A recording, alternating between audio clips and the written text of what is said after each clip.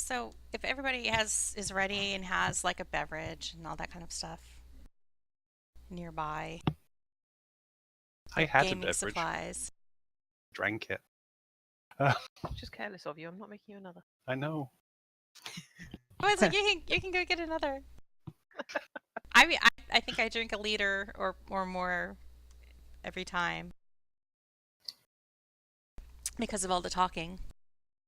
No, it'll be an insistent that it's my turn. So there's... playing a form of tea familiar. chicken. Yes. So I thought, like, with doing the session 0, we could like talk some beforehand about characters if anybody needs to like wants to like figure out something for their character that they haven't yet, and then we can talk about some general rules and stuff you guys want to do and don't want to do when we play overall in the campaign. And then we can just start doing some fantasy ground stuff for training, and that'll just be the whole session 0. Okay. Unless there's anything else that you guys want to cover. So I guess it'll be like that little any questions window. Multiple. Raise your, non-existent, non-visible internet hand. Yeah, it's the point where we all go, no, I've got no questions, but you can guarantee I'll have some later. And that's fine. I kept my character deliberately simple so I don't have to worry about such thing. So like that kind of leads into the first thing. Okay, it's a water campaign. For the most part, there's a lot of water. You're not gonna be able to get away from the water, really. Hence the question about swimming. 2 of you have swimming as an action. You don't have to make any special checks to swim. That's Kereithlana and Jozdess. The rest of you might be subject to swimming checks. And the rest of you, when you swim, it's at half speed. Okay. And that rounds down, so poor halflings can only swim 10 feet per round.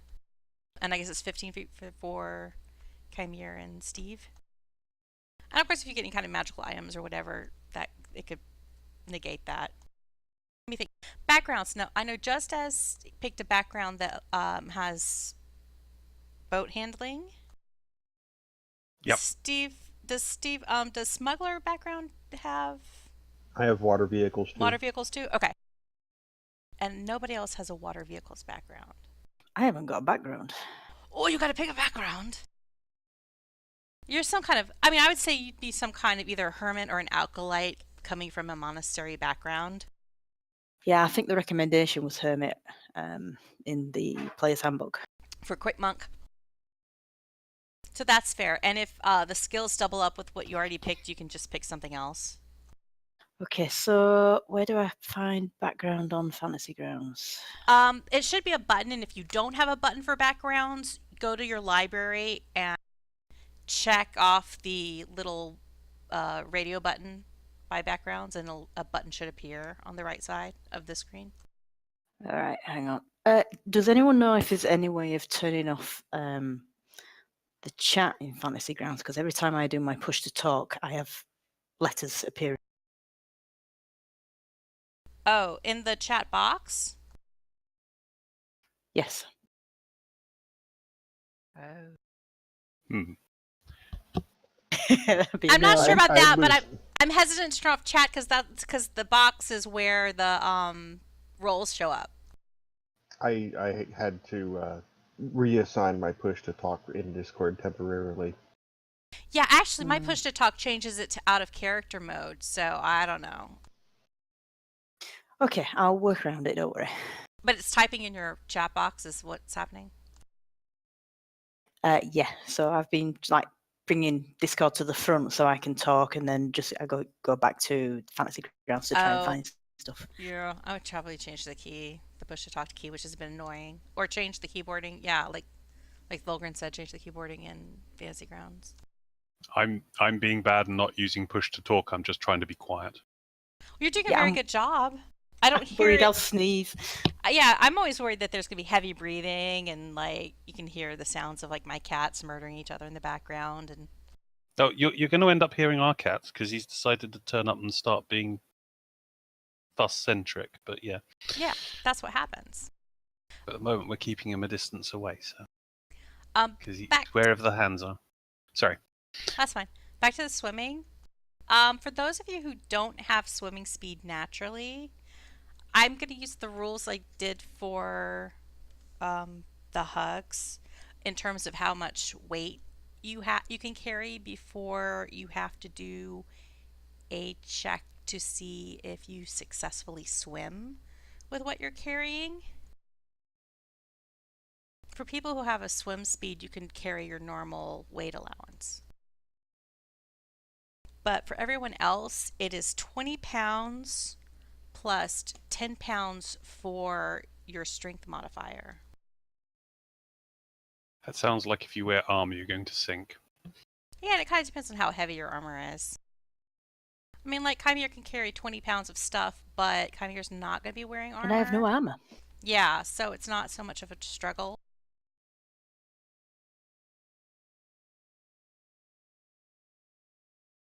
Where's all my weight coming from? Did you equip an explorer's pack? It's all the bacon you eat. Because, like, Shaefira isn't going to have a trouble as long as she doesn't, try to swim with 50 pounds of hempen rope tied to her back. It's your horns.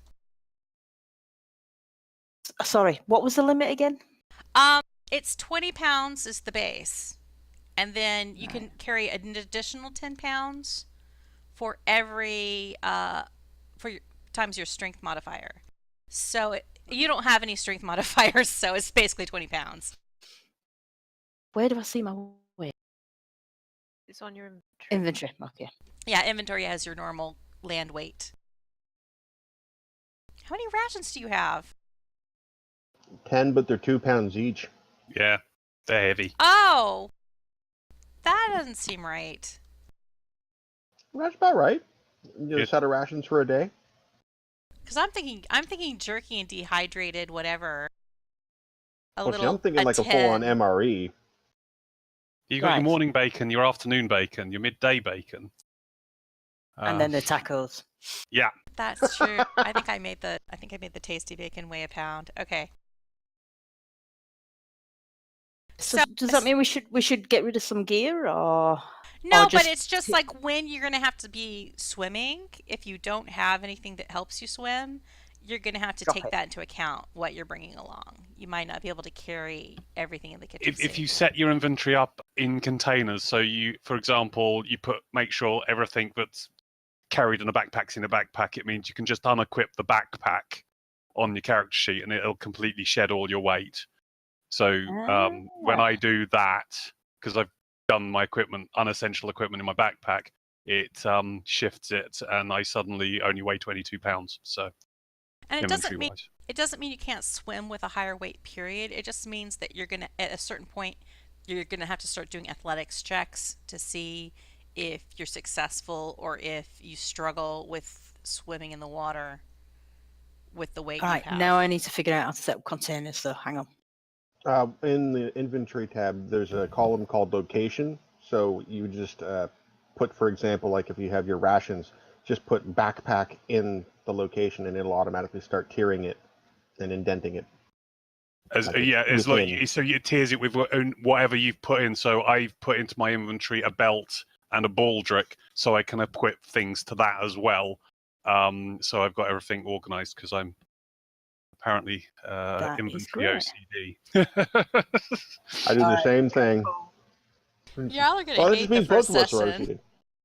I'm really scared I'm gonna put some people into shock at the first session. Can I double check? Because I'm not entirely sure that the rule is fair. The rules in the players on underwater fighting. Are we just limited to pointy weapons, basically? Yeah, it's basically it's piercing damage kind of things. Because it tends to imply that if you've got a swim speed, that you can use anything, and that doesn't make Yeah, sense. well, that is that thing. Yeah, it's kind of like this common sense. You don't have as many restrictions. Like, I think you can still Oh. use slashing weapons if you have swimmy speed. But I've got all the pointy weapons. It's fine. You are a No. and that was the other thing I was going to get to is if you do get into underwater combat, there are certain weapons that do not have disadvantage and other weapons that do. And do you guys all have physical copies of the player's handbook? Yeah.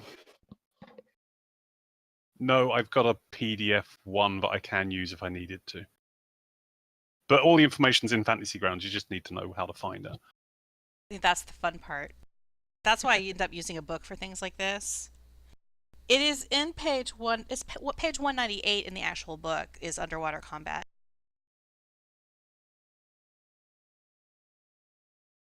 You say 198, sorry, Bonnie. 198. And if Alright. you need the actual in-game thing, you go to your library and click on the player's handbook. Okay, made a note.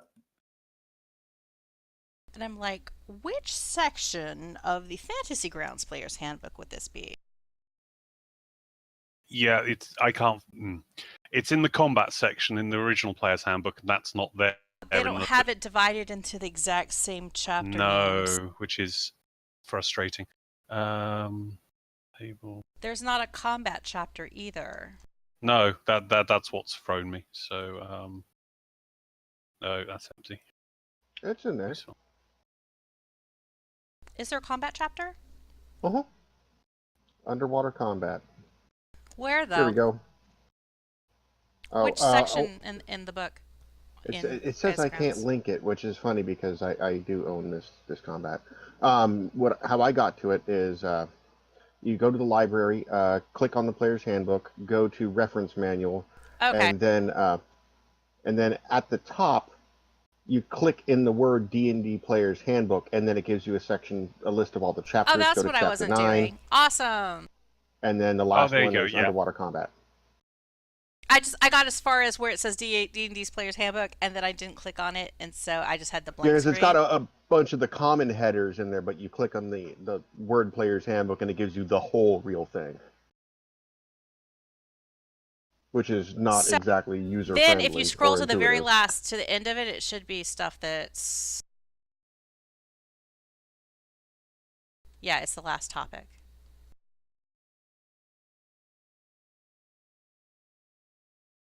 So I'm going to try to remember those rules as we play. I can't promise I'm going to be perfect, because sometimes I forget.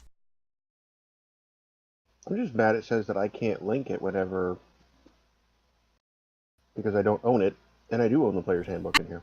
I think it's because it's in that, it's not like the little shield links, it's the Oh yeah, no, it's bookie got. thing. If you click into it in the underwater combat, the very top of it is a shield for Oh, underwater it combat. does? Yeah, and I have I dragged it over, but it says only records which you own can be shared. And it's like, That's well, so weird. I do Maybe it's restricting own. it to DMs only doing that. It might be, but yeah, you can drag the shield over. Let me try. Yeah.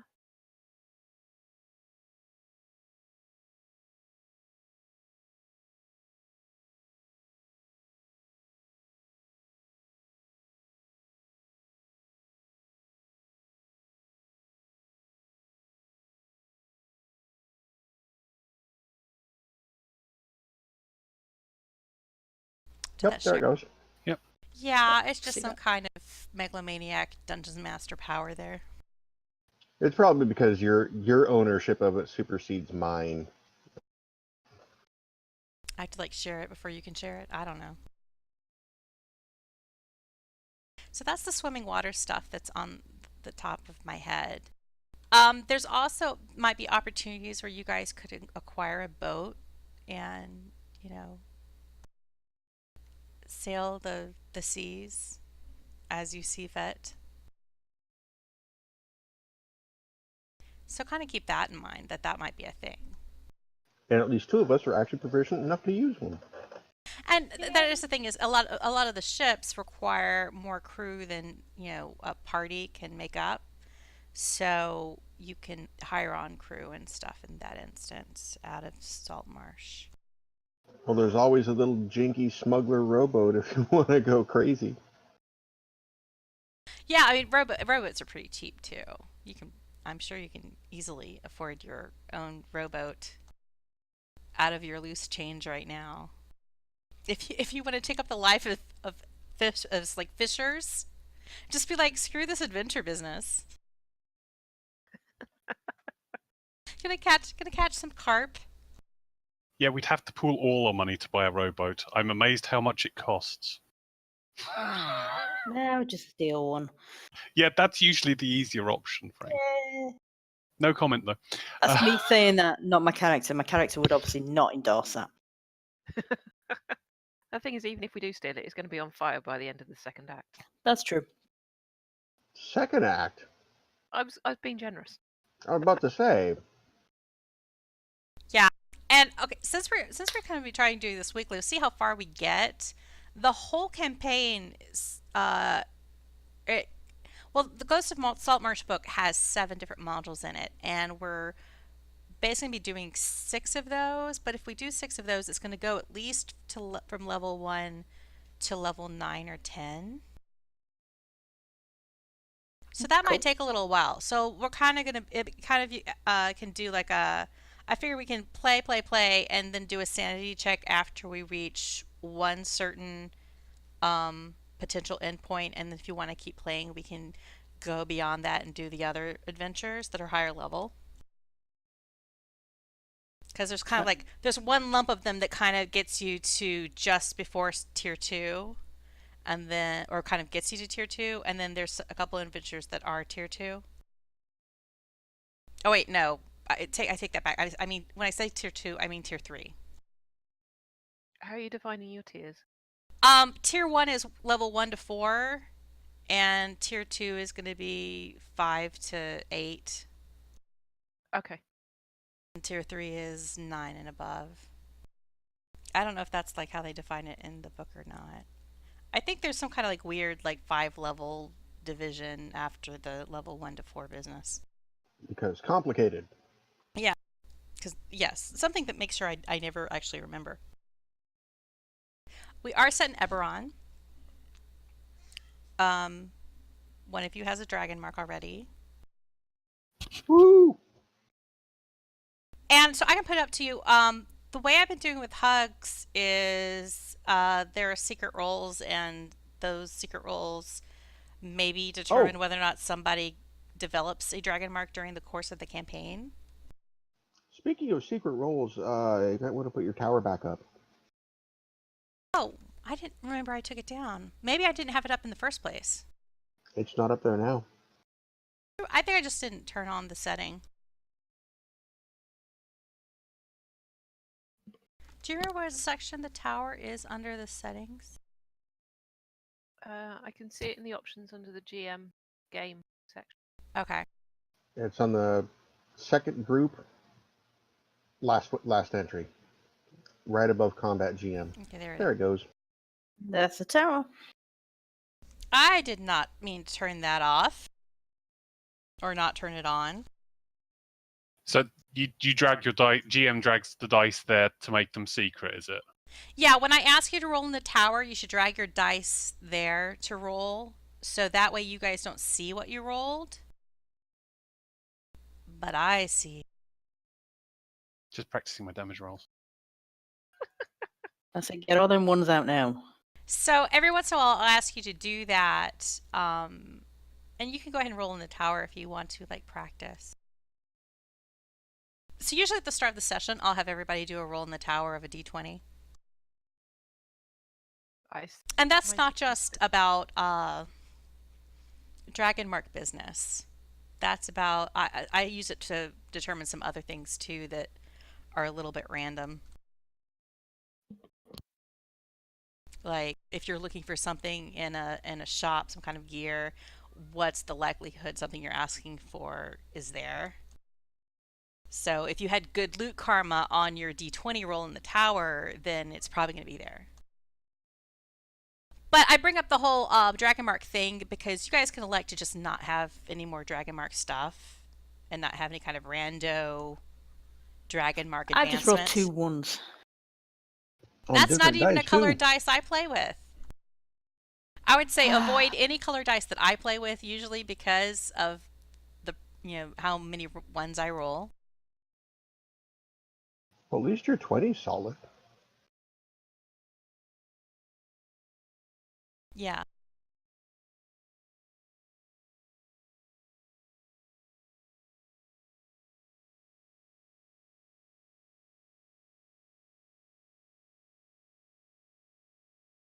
Because I think the only people, the Dragon Mark thing, the only people it would affect would be Shaefira and Kereithlana. I'm happy if you want to do it. Now, from what I read, the aberrant one doesn't evolve, does it? I don't remember, but it's possible. It's all possible. It could change shape if this happens, and the aspect of what it does can change. There's no Sybaris kind of form of an aberrant that I can think of. So it's different from other marks that way. And it Okay, doesn't but have the specific, least, lesser, greater That, mark that's tiers. what I meant, the least, lesser, greater. It doesn't evolve the way the quote-unquote normal ones do. And I mean, we can talk about how we'd handle that. Like, if you want it to just not evolve at all and just duck out of that whole business, we could do that and have it Oh just. no, I'm all for making him a Pokemon. We could do it so that if you happened, we could just do it as a transformation, or we could do it as an additive thing, like the other dragon marks are. Or we could have it be a transformative thing where it just changes and you now it does fog cloud, and if something happened, it would just transform into a completely different ability. Or we could do it that way, but make it like really kind of wild magic-y, and where we just randomly roll on a table of stuff and this is what it does now, as opposed to conscious, I'm going to pick this ability for what it does now. No, you like rolling on things. We'll see. See if it evolves and he just kind of something's gonna happen. And so that brings me to the other question for those of you who are Dragon Mark eligible. If you roll a Dragon Mark, do you want it to be a surprise, or do you want me to tell you offline and just have it be a surprise to everyone else? I'd rather know offline. Yeah. What? Thank you. You'd rather know offline? Yeah. Really, you don't like surprises? No, I don't like I'm surprises. surprised. Strange. So if you guys do happen to roll something, I'll just let you know in email, and we can plan how the reveal will work for the rest of the party. And I think the last bit of, well, okay, there's 2 more pieces of business. One is crafting. Do you guys want to do crafting at all? Dead silence. I've already got a pseudo craft anyway. I can't ever. I know. Well, the base rules for crafting in D&D are horrendous, so I wasn't going to even worry about such things. So yeah, like I did up like a bunch of I added all of the DDO collectibles to Fantasy Grounds. And their descriptions too. She put the descriptions in there. And then some. So basically, Shaefira's going to be running around going, ooh. So it's possible you might find knickknacks and trinkets, or you might be somewhere where you could collect something. You could collect collectibles as part of your adventures, and then use these collectibles to craft items. None of you are artificers, so you'd have to pay somebody, but there's somebody in Saltmarsh who would do this for a fee, and doing it with found items costs less than actually purchasing the item from a vendor. Of course, the cheapest gear is the stuff you find. Mm. The real treasure was the friends we made along the way. But if you guys want to do that or have that as an option, I will include collectibles in things you can find. Otherwise, we're just going to treat it as treasure that you can sell. Like there might be a dragon shard crystal here and there or something, and that would just be loot rather than a potential crafting component. So if we're gonna get the collectibles anyway, There'd be a difference in how much I would actually include them. gotcha. Okay. You know, Okay. like if you were actually actively collecting collectibles to potentially craft something, I would make sure there were a lot more of them around. And whereas if you weren't doing the crafting with collectibles, I would probably still have something show up for the Eberron flavor, but it would be a restricted kind of list of stuff. You know, like you might find a mystic plant, and you might find a tasty ham, or you might find a dragon shard, but you're not going to find sweet whitecaps everywhere. We'll find mystical dried fish. That is in the loot tables. And I don't know, none of you are the right class, but druids and rangers can make mystical dried fish. Sounds Most like making useless your own item in the drugs. game. They're It's great. they're like good berries, but they're just mystical dried fish, and they last for about a week. Bizarre. Wait. So that's basically laying a fish on a smoker and then casting gentle repose on it. Kinda. It's kind of like a fusion of that. It's a fusion of like, okay, you have to go fishing. And then you lay it on the smoker and you kind of do a gentle repose plus good berries kind of ritual on it, and it becomes mystical dried fish. I'm weak. She actually had rules for that. I did, because Zelaria did that in the other campaign. She went fishing and it took like 8 hours to do the whole thing. I must have been AFK for that. I don't remember it. That was like episode 1 and 2, I think, is when that happened. So that was like 6 months she ago. met the old bloke on the quay, and she got his life story, and then they sat there in companionable silence, fishing. Yeah, I must have been AFK. You were standing in the corner of a tavern keeping watch. You know, I think I usually do that as a preference or a preamble to going to the bathroom real quick. So that very do well may you have happened. want to do crafting, I guess, is the flat out question. Or do you just want to like not even have to worry about it? I'd say for the time being, my vote would be to kind of keep things simple and. Yeah, I'll go with whatever's simplest for the GM. I think Because I don't think we have any preferences. Sorry. Yeah. Oh no, I was just going to say that considering me and Rich are still trying to remember how they able to do D&D, we'd be quite happy with a simple approach. Okay, so we'll do no crafting. So if you come across anything that you might recognize from DDO, just treat it like loot.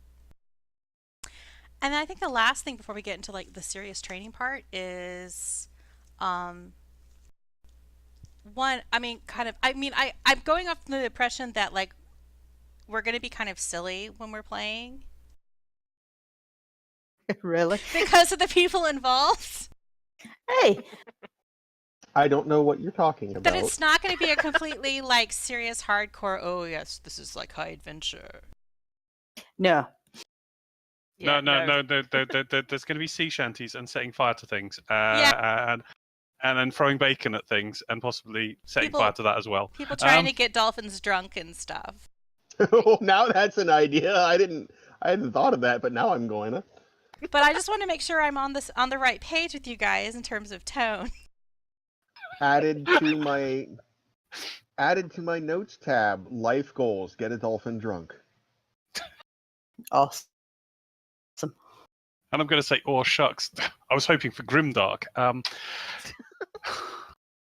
I'm not known for taking things that seriously.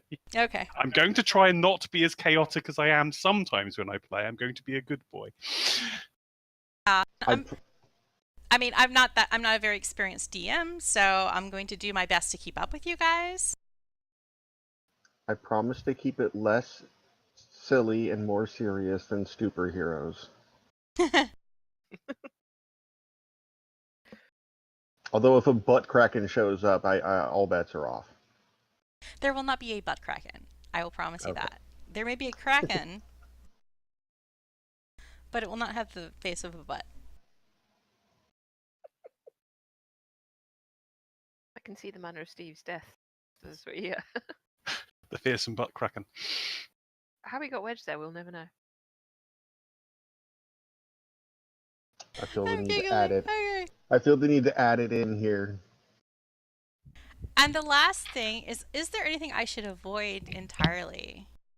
Which could be anything from no escort coil quests to if there are any topics or subject matter that I just should stay away from. I'm not planning on doing anything specific. Trump. Possibly just politics in general. It's like it's kind of good to like have it if I should absolutely like never risk mentioning anything whatsoever having to do. But Nothing is sacred for me, so No, I can't think of anything that I particularly find offensive, really. No, I'm pretty easy on that front. how about we start with no hentai? How about that? that should be easy. I think that's a pretty easy one to, just for the sake of clarification, unless Steve gets and tries to seduce the Kraken, and then, well, get the dolphin drunk, seduce the Kraken. Yeah. But you're achieving hentai rule number 1 of tentacles. So yeah. I know. I just immediately. Now, It I took cannot that long promise. to break it. I So. cannot promise that there will not be tentacles. There may be tentacles, but it will not be in for the sake of hentai. Okay. I'm going to go find the images from Obra Dinn and start posting. Steve's last name is now Rotsuki Doji. Okay, well, so I think that was like all of the overview stuff. No, I guess the next part is there anything with people's characters? Well, we've still not fully done our backstories, not got them straight, but we were aiming to get that ready by next week. Okay. But Unless you need them. You guys are still thinking though that you know each other prior to the shenanigans. Yes. Yeah, we're Okay. going to sort of arrive together. I've kind of been approaching that from the idea that you guys ran into. Well, I mean, Grimm said that it's like that Kymir was being attacked, and Shaefira appeared and came to his aid. A wild Shaefira appears. Indeed. And I've been placing that. You guys didn't confirm, but I've been placing that in the halfling hamlet to the north of Saltmarsh. And I guess I could share your first map with you. Is this the one you labelled map? No. Not called a map? Oh, actually, this isn't the map I want to share with you. The one I opened is the village one.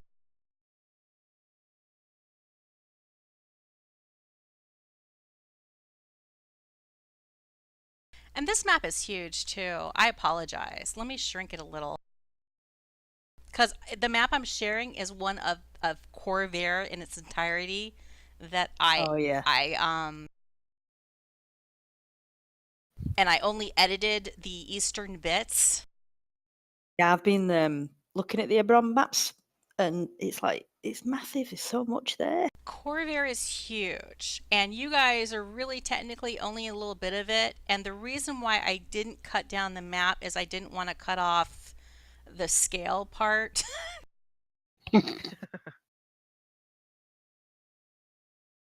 So maybe I should just do 2 separate little images, one with just the scale and one with just the eastern part that is actually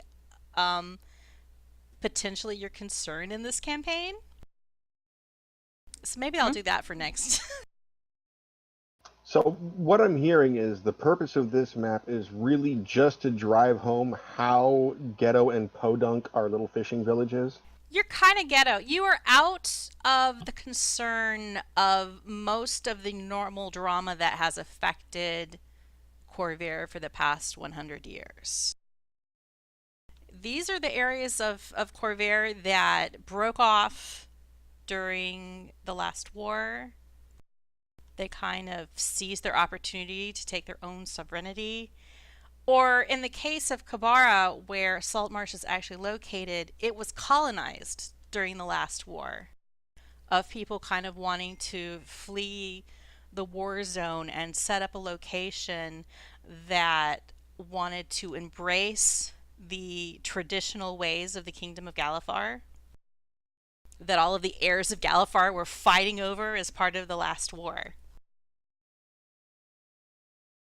So if you scroll over to the eastern part where you see the Kabara nation, you'll see where I added in Saltmarsh. And Saltmarsh really is a podunk little town because the places that are actually the most settled and have the most development in this tiny nation are the capital New Throne in the south and Adderport. Sorry, I'm still trying to find it. Where am I looking again? It'll be in the eastern part of the map. Oh, so I've got Saltmarsh. Yep. Yep. So the country of Kabara. It's it's towards the top part. So Saltmarsh is kind of like in this inlet where the Crimson River starts. And to the north of it is a large swampy area called the Basura Swamp. South of it is basically a jungled nation. Once you get in deep in the jungle anywhere, you'll start to find different outposts of Dragonborn. And then the very, very south, you find more of the civilized locations and a lot of areas, like a whole area at the very south of the country called Hope, where a lot of Syrian refugees live. But pretty much all of the humans that are in Kabara, a lot of them came from Syre as refugees, as people settling during the last war before the Day of Mourning. They just kind of upped and left about 70 years ago and settled. So this is like the colonies. But sovereign colonies, not Yeah. like. Not So, like yeah. go in, kill the indigenous people, and Yeah, they made decent enough friends with the indigenous people. There were some struggles, but and you'll see like where I dotted Saltmarsh, and then the Crimson River kind of winds to the to the west because I don't know directions. And then there's like this drowned forest, and then there's a little inlet at the north, and that's where the halfling hamlet of Kurosawa is, which is where I am supposing that Shaefira and Kymir met. that works based on where I'm coming from. So we just need to work Normally out. the halflings of Kurosawa are fairly nice and welcoming because it's the tradition of Galanda or the words that I can't say. But under the particular circumstances where they encountered and started attacking Kymir, they've been kind of stressed lately. Things have been a little bit abnormally tense in Kurosawa. And I liked your idea that your monastery was in the Inworld Mountains. Cool.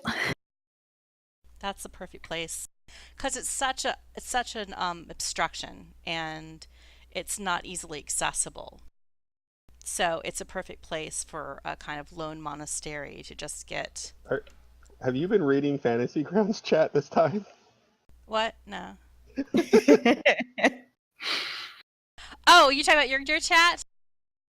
Yeah. Halfling samurai.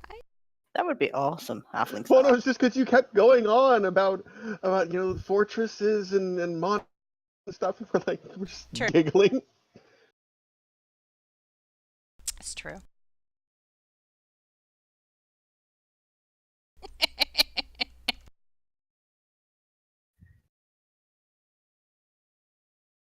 And now I have bare naked lady stuck in my head. Has it been 1 week yet? It has, in fact. It has been 1 week. And at session 1, we can actually start it by saying it's been 1 week. since you logged in to me. Anyway, So that's the map. That's where you are. You don't need that map mine anymore. never loaded. Mine never loaded. Ah, I'm going to shrink that map. Next week will be a different map. My computer is sad. I think I just figured out from looking at it that basically from the whole area from the base of the southernmost tip of Kabara to say the northernmost part of the Lazar principalities where all the pirates like to hang out is about 1,000 miles. Yeah, I don't think we'll be heading that direction anytime So soon. I think the total boundaries of this campaign is going to be about 1,000 miles north to south and about 500 miles. Well, probably a little bit less than 500 miles. You West cut out east. The rest Well, of I cut out because I stopped pressing the button. All right then. I got excited Each talking to square's- myself. Sorry. Each square's 500 miles across, so yeah. So that's just kind of general where you are in the world when this stuff starts and is happening, and kind of what your world is going to be over the course of the adventures. I can't remember. Am I coming from the swamp or from the jungle?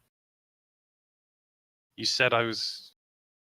You said something. I'm useless at remembering. Yeah, I've already flaked out about where. Well, what? Okay, so your background was you kind of placed as a warrior with the colony of lizard folk, but you wanted to be a shaman. So then you did the trials to become a shaman and you failed. Is that correct?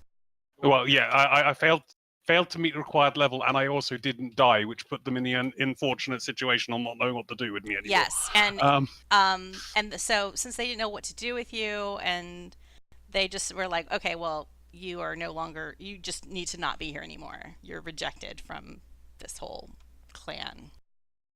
Yeah. You said it had been taken over by the Shorehain, so. Well, the last time, the place where you remembered them, where it was, where you were spawned and where you grew up. The last time you went back there, the tribe was no longer there, and you saw a large number of Sawagan. So that'd be some. So I came from the southern swamp jungle area. So this is all in parts of the Basura swamp. It's just different parts. Oh, right. Because it does cover a fairly large area. Fair enough. Thank you. Kereithlana, you are actually from the west? Yeah, I'm a long way From Same as the northern part of the Eldine Reaches, and the Eldine Sea, I think is what. Yeah. We came. Okay. And you're on a pilgrimage? Your gap year? yeah, I'm kind of regretting it. Are they in my clan? Everybody has a year before they sort of formally go into the temple and start doing the templing thing, and they kind of give you a mission to do while you're out and about. And if they like you, then they leave you somewhere close to home. And I'm on the wrong side of the continent, so Oh, so they don't like you. well, they said they'd forgiven me at the time, but I'm doubtful now that that's actually true. But there we go. I'll do my best. So you kind of follow in the path of the gatekeepers, though you are not technically a part of the circle of gatekeepers. Yeah. God, I think I'm returning. You You're are back. There we go. returning. You've reconnected. So there's kind of a pattern here of people maybe not being allowed to join in. No, this is I can tell you exactly what this is. The first both reconnects were when I tried to load the image because it's It's too so big. big, and my computer connection with Fantasy Grounds, anything that's over about 2 MB is it just like and vomits out on. And then I tried to open it again, and so it vomited out on me again.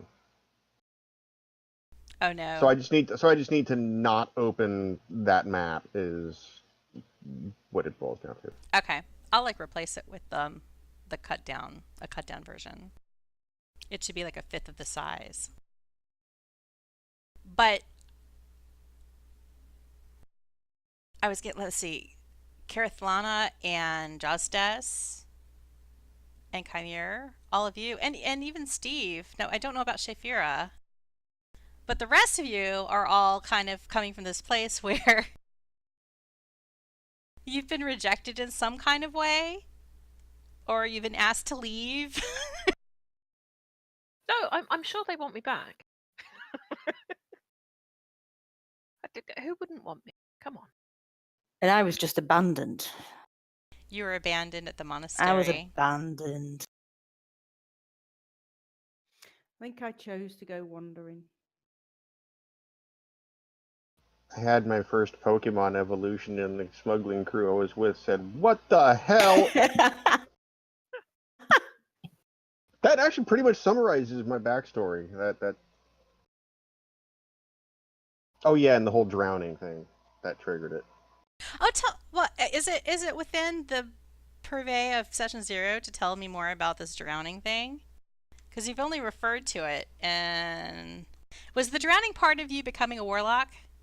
That was what triggered the the dragon mark, and Oh, then okay.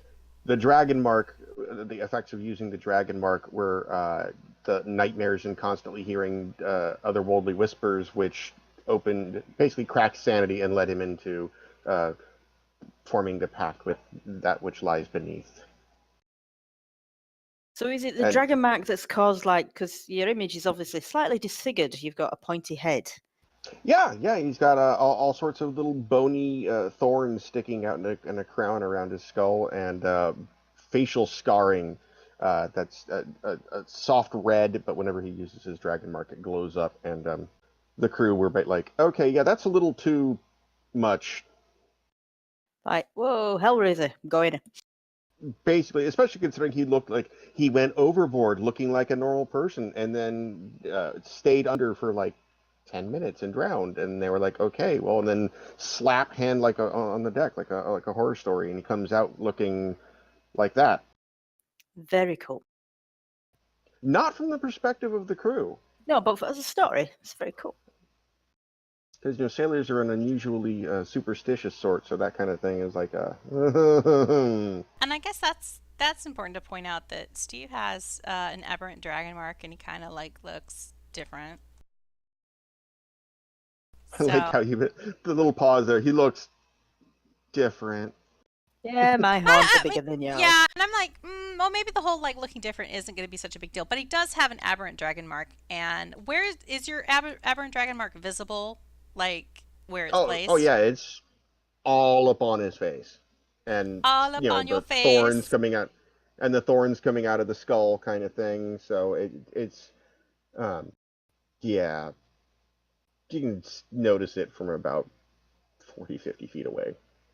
And so that is the thing that's in general treated with fear, just because of the uncertainty of its power, and people don't know what it means, and he could be like this servant of Kymir or whatever, just from the look of him, kind of thing. And the talking to himself, acting weird. So yeah. But he could be a nice guy too, I guess. Yeah, I had this mental image of him after, because he's a resident local of Saltmarsh, and after getting cast out of his smuggling career, kind of over time migrating to the slums and ending up being the crazy guy that lives near the dump that will do all sorts of random odd jobs for dirt cheap, but everyone still kind of holds him at arm's length because he's weird. He's weird. But I think it's good that all of your characters seem to be kind of either a fish out of water, literally, or from different places, or kind of have their own struggles along the lines of being someone with an aberrant dragon mark. We're the breakfast crew. Yeah, the breakfast club, or maybe like your brunch, because that way you can have drinks. Brunch. Yeah, they serve mimosas at brunch, so yeah, we'll definitely be the brunch crew. Yeah, something with Bloody Marys and mimosas, I think, is more likely with this group. Because, yeah, if you guys are a bunch of like lawful good, which I did make that whole joke about, there's nobody in this group who's going to be lawful good. What did I? Yeah, that was entirely tongue-in-cheek.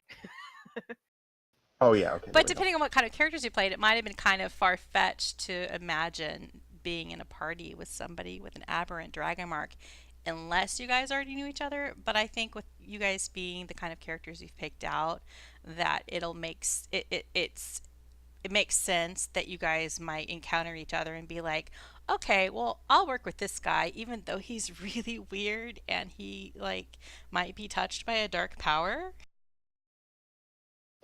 I just noticed, is Kereithlana holding an octopus? Yes. Oh, okay. You just noticed that? I just noticed Wait, that. do you actually have a literal little octopus companion? I wish I did, but no. No, that was a summer Well, wait. holiday snap. You always put a good summer holiday snap as your portrait, don't you? I got a workaround for that. At level 4, you can take the Magic Initiate feat, pull Find Familiar out of a wizard, and actually get an octopus. Or That sounds she cool. might actually come across an octopus somewhere in this water-based adventure and make friends. I've just noticed everyone's posting in the Hugs channel, not the Saltmarsh channel, which is point 1. And just for Bonnie, I've found a smaller Kybara map and I've posted that in the Saltmarsh. And that may Yes, and you can use that. I have that one too. I've JPEG'd it. If I play around with image editing all the time, so if you need me to do anything helpful, then I'm quite happy to do. And so you can get from there the same place.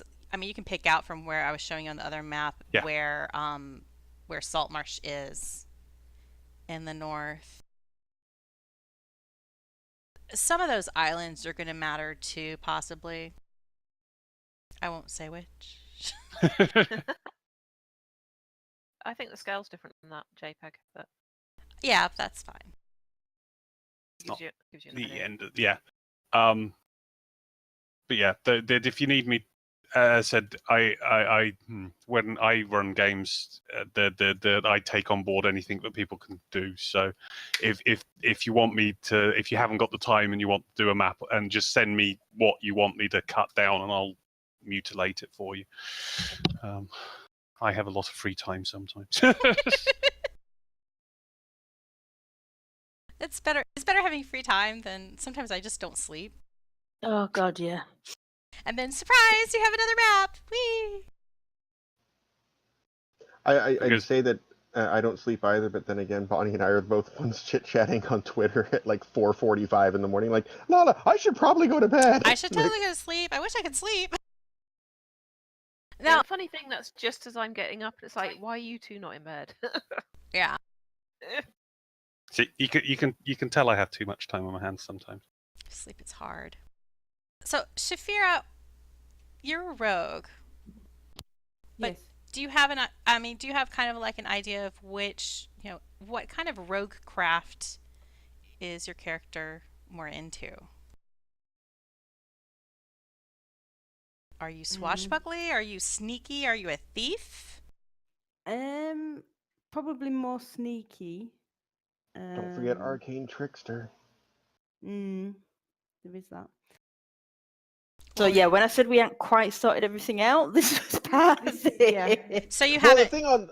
the thing on choosing an archetype is you don't have to really zero in on it until level 3. Yeah, So- that's what we was. You don't have to right away. I'm just trying to get reading. a kind of a sense of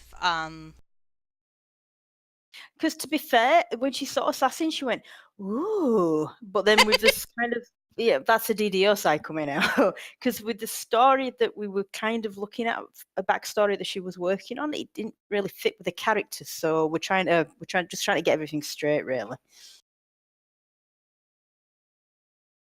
I find with new characters, sometimes it's easier to play a session or two and then retcon the backstory in once you've got an idea of what they want to be.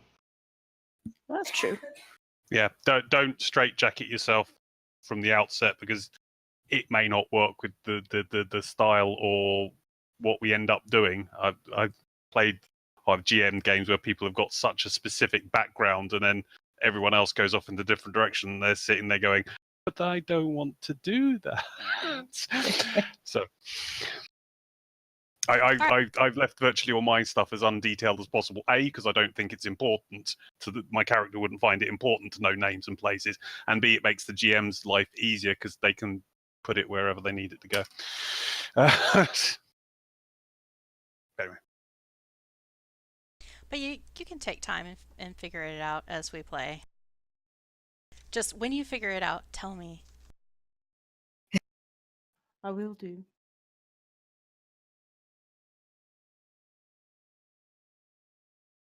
Yeah, it's like I'm trying on one hand I would like try to kind of be inclusive based off of what kind of characters you guys are and what I know that you have going on. But at the same time, the session 0 activity for Fantasy Grounds practice is something that probably doesn't appeal to some of your characters just based off of my guesses. Like, So, well, it's Street Party. Oh, you can't see me. What? Blinking at you. I'm blinking. Are you blinking? Where are you? No, in real life, I'm just blinking. You're blinking in real life? Yeah. Are you Blink Corgi? Oh my god. Yeah, you're gonna have to explain that one. I'm going to share a map.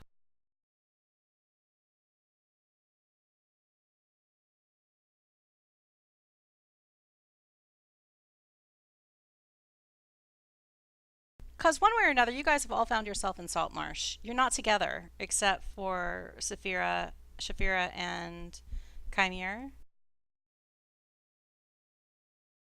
But you all, one way or another, have found yourself in Saltmarsh. And the point of time that you're actually in Saltmarsh, they're throwing a party on the docks.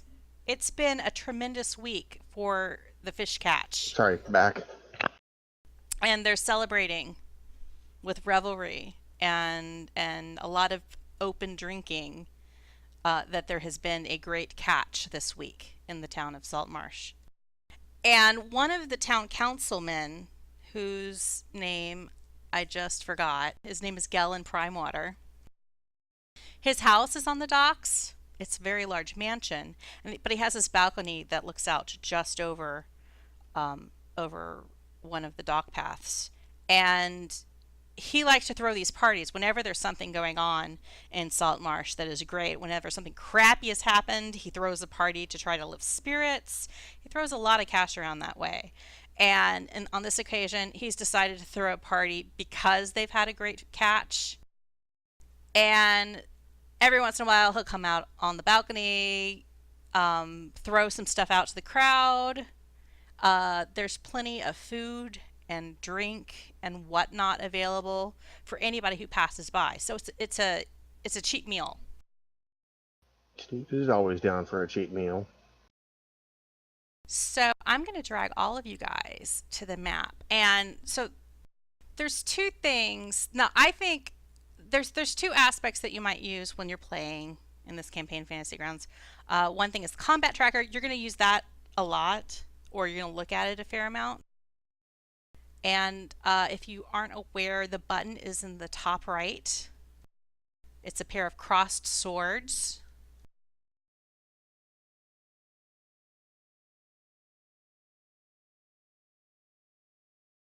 Then the button right next to it is the party sheet.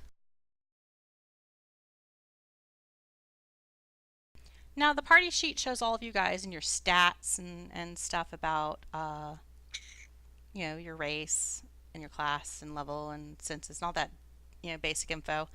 I find as a player I almost never look at this, so your mileage may vary. I only use it for the shared inventory. Yeah, what I look at more is the shared inventory. So it'll list the total amount of gold that the party has amongst you and what you actually have in your inventories. But it also will list, once you guys start looting treasure, everything that is available to get put in your inventory. So if I award you a parcel of loots, it's going to show up in the top right box of the party sheet inventory tab. Oh, right now you have it set for the options where we only have parcel items and parcel coins. We don't have the or we don't have the group inventory or group wealth visible. Wait, which screens do you have again? You have the party inventory. We don't have. We have parcel coins, parcel items. We do not have. You don't have party coins or party inventory. Okay. Bingo. I could have sworn I turned this one on. Well, you've only, recently done like 3 campaigns, so, Yeah, this makes me wonder, did I do it in another campaign and I didn't do it in this one? And I don't remember which thing I did in which campaign now.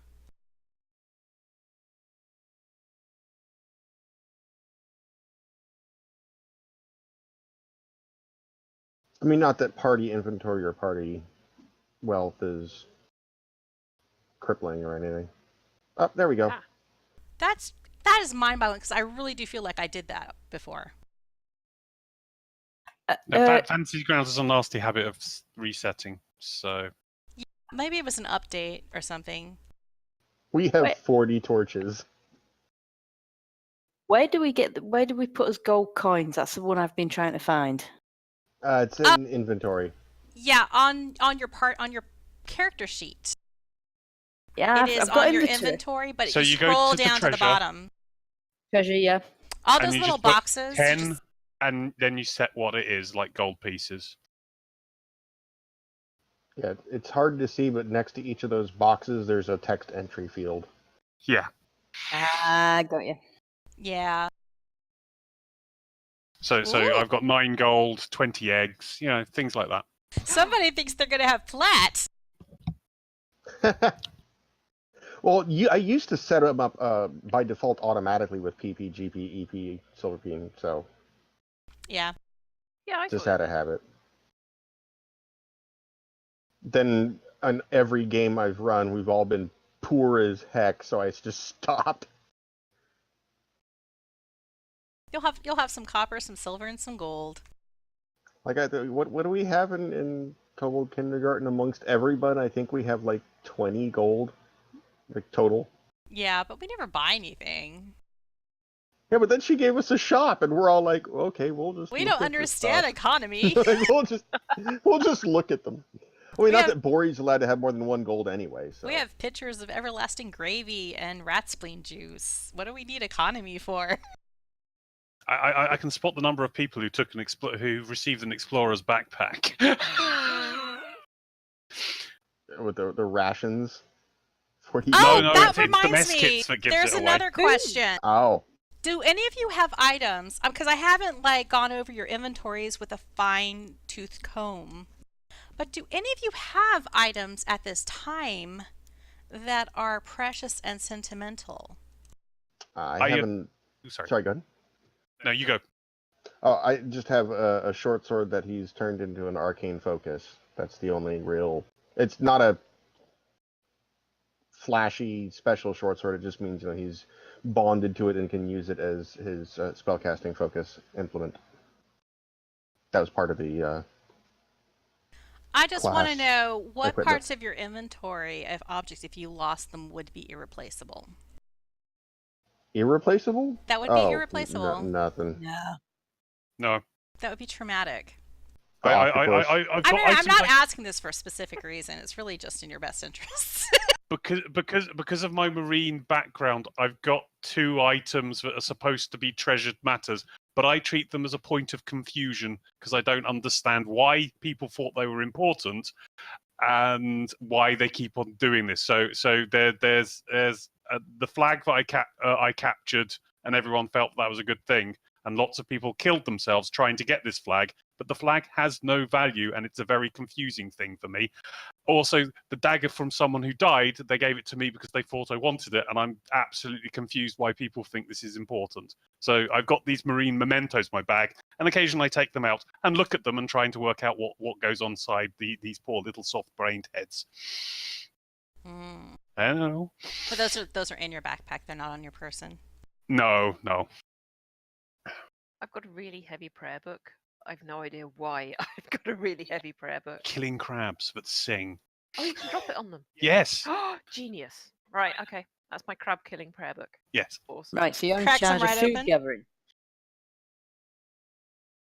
You guys are gonna get sick of crab legs. No, they're crunchy. They're great. Why would you get sick of crab legs? Nutritious and delicious, and they make your skin so shiny. So that is your party inventory, your party sheet, and then the combat tracker. I usually have that up all the time, and that'll just be your status when we're actually in combat or using initiative order. I'm gonna put you guys on the map at said street party.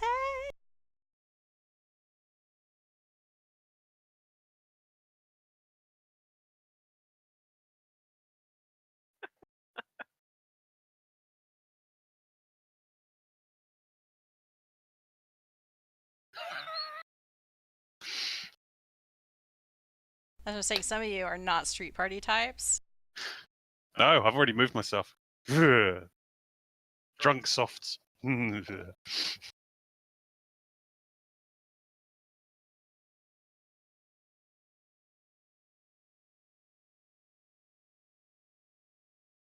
for the GM to see where I put myself and move somewhere more normal.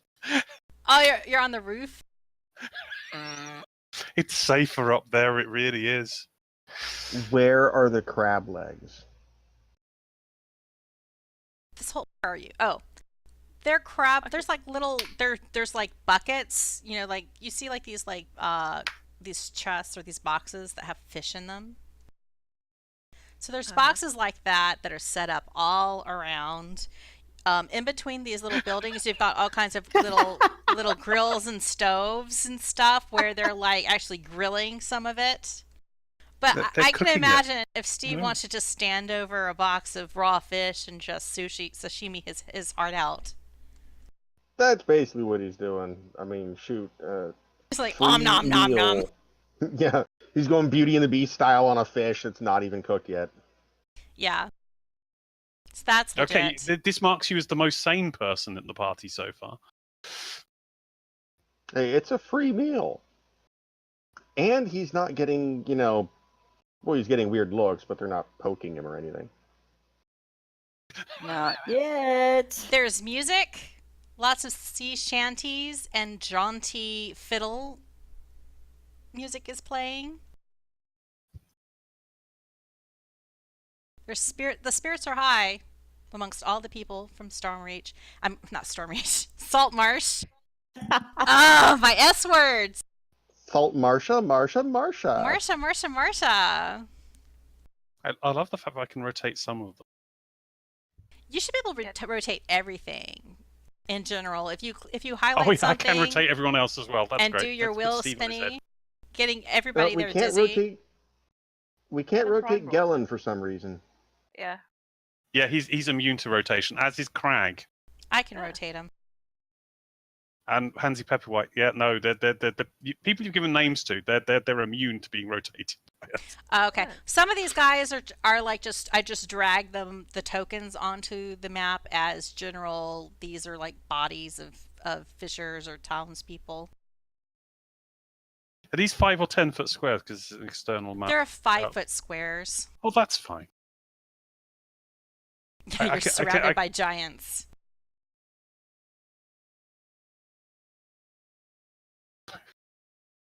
putting Joz on his angle like that makes me look more raptorish.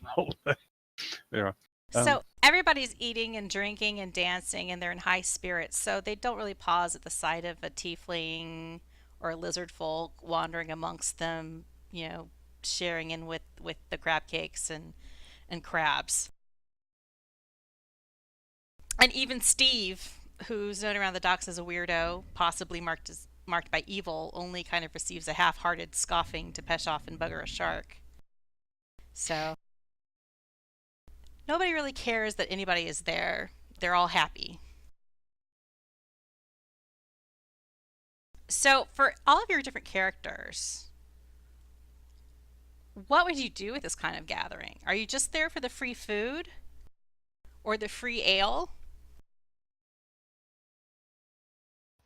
That's what Steve's there for. He's, hey, they're going to leave him alone. He's got some free party. Okay. All right. That means you don't have to hustle for a random job for the day.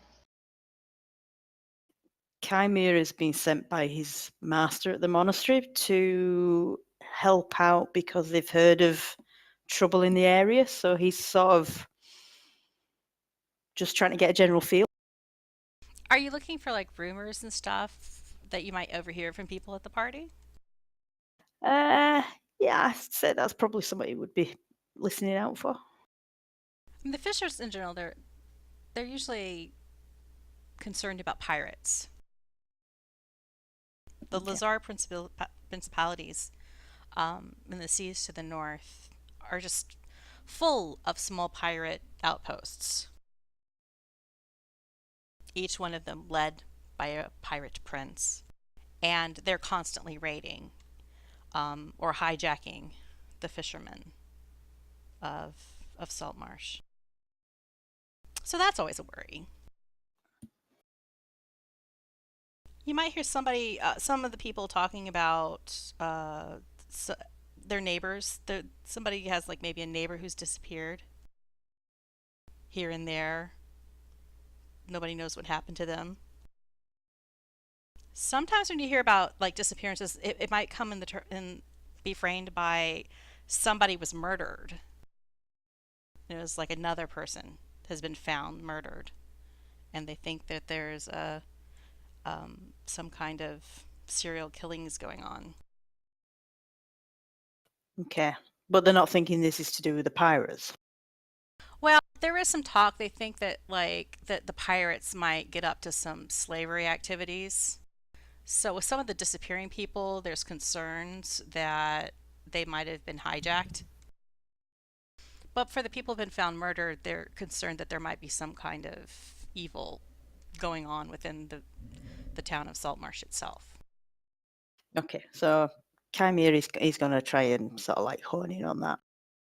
Those are the only things that aren't. I mean, for the most part, though, the fishers and the townspeople are pretty. They're in such high spirits that they're mainly talking about like Gellin Primewater and what a great guy he is and how much they love his parties, because he tends to do this like once a week. Okay.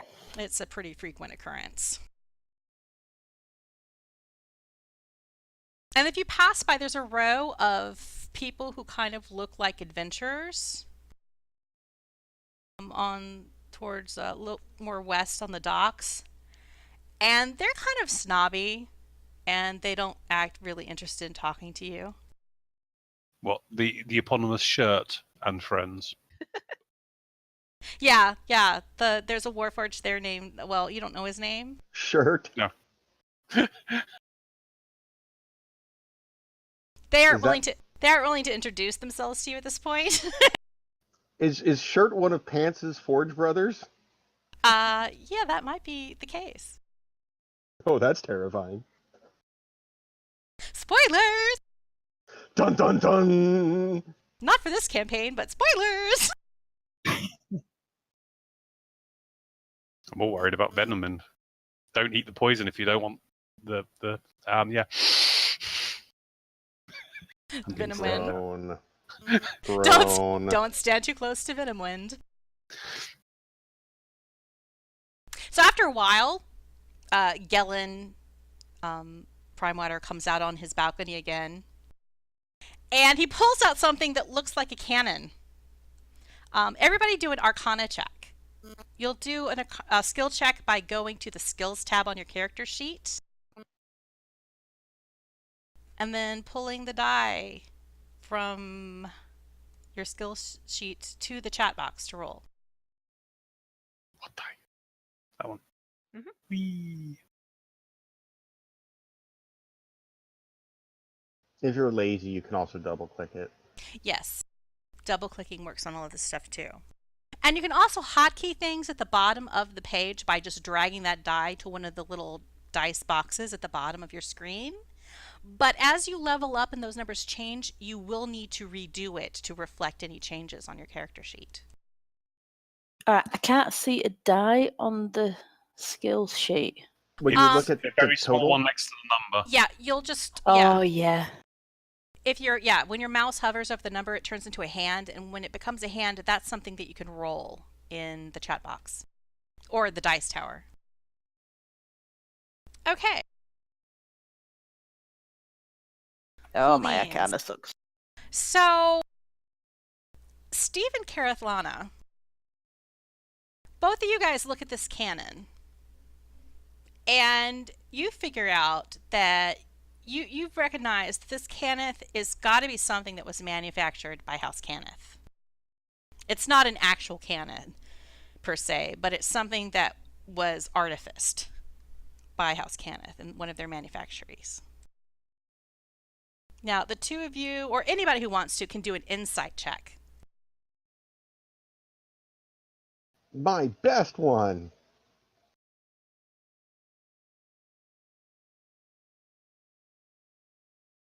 Yay, I rolled a 1. Well done. Got I the so point. insightful. So yeah, Kymir and Kereithlana definitely recognize that this is not a weapon.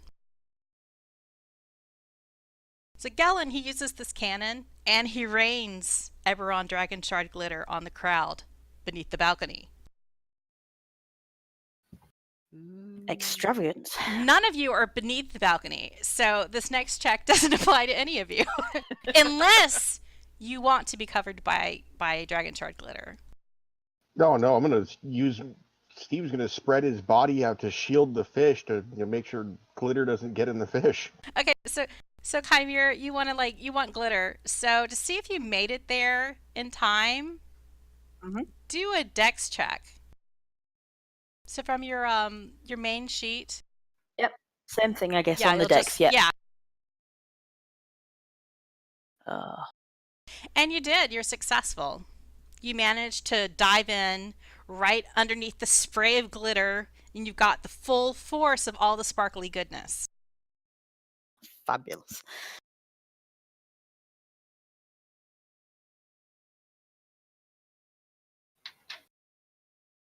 And is that just like cosmetic? It's just cosmetic. All right. Eberron Dragon Shard dust is pretty ubiquitous throughout the land. It's used to run everyday objects. Okay. It's just the larger pieces that are more rare. Right. So there's no point in me scooping it up and collecting it or anything like that. I don't know. I mean, you could maybe, like, if you had a pure pouch of that stuff, you could maybe use it. You could probably sell off a large enough pouch of it. It'd be like gold dust. Okay. I was gonna say gather it up into a pouch anyway, so you can reapply the fabulousness later. Yeah, and who knows when you could use glitter? I mean, am I right? Indeed. Who knows? All right. So Uh, can I do that? Yes, certainly. Do I need a pouch? Because I don't think I've got one in my inventory. Oh, that might be a problem. That Do would you be a need to maybe problem, right? find a pouch? Maybe somebody in the crowd has a pouch. Okay. Asking people, anyone have a pouch? I'm gonna shout over to Shaefira. No. Sorry. All right, in that case, I'm just going to scoop handfuls of it and stick it If in you my look, pockets. you look around frantically at the docks, and you see that they're like tarps and canvas sails. So you could probably go over and rip off a piece of canvas and kind of do a makeshift little parcel and just put the dragon shard glitter in some canvas and then tie it up I have some string you can tie it up with. like a hobo pouch. Awesome. Thank you. Okay, so do I write that? Is it? So do I just put it in my notes? I'll give you an item. Okay.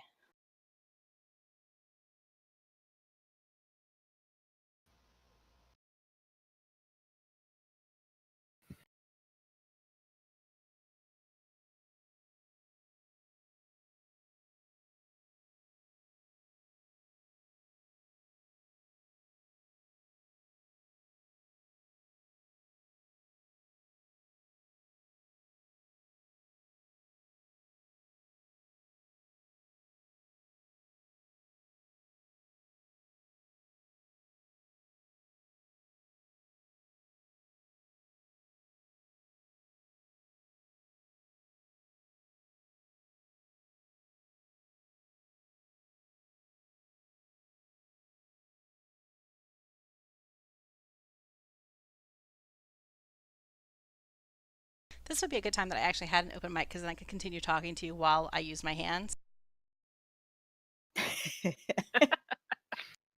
As opposed to long gaping silences. You may talk amongst yourselves. Mingle, mingle. Extol the virtues of fantasy grounds. Thank you Alright. very much. You now have a pouch of glitter in your inventory. Awesome. I'm sure that item will come useful so you many never times know. in my future Fantasy Grounds use. Look, it's like Fallout. You loot everything that isn't nailed Yep. down.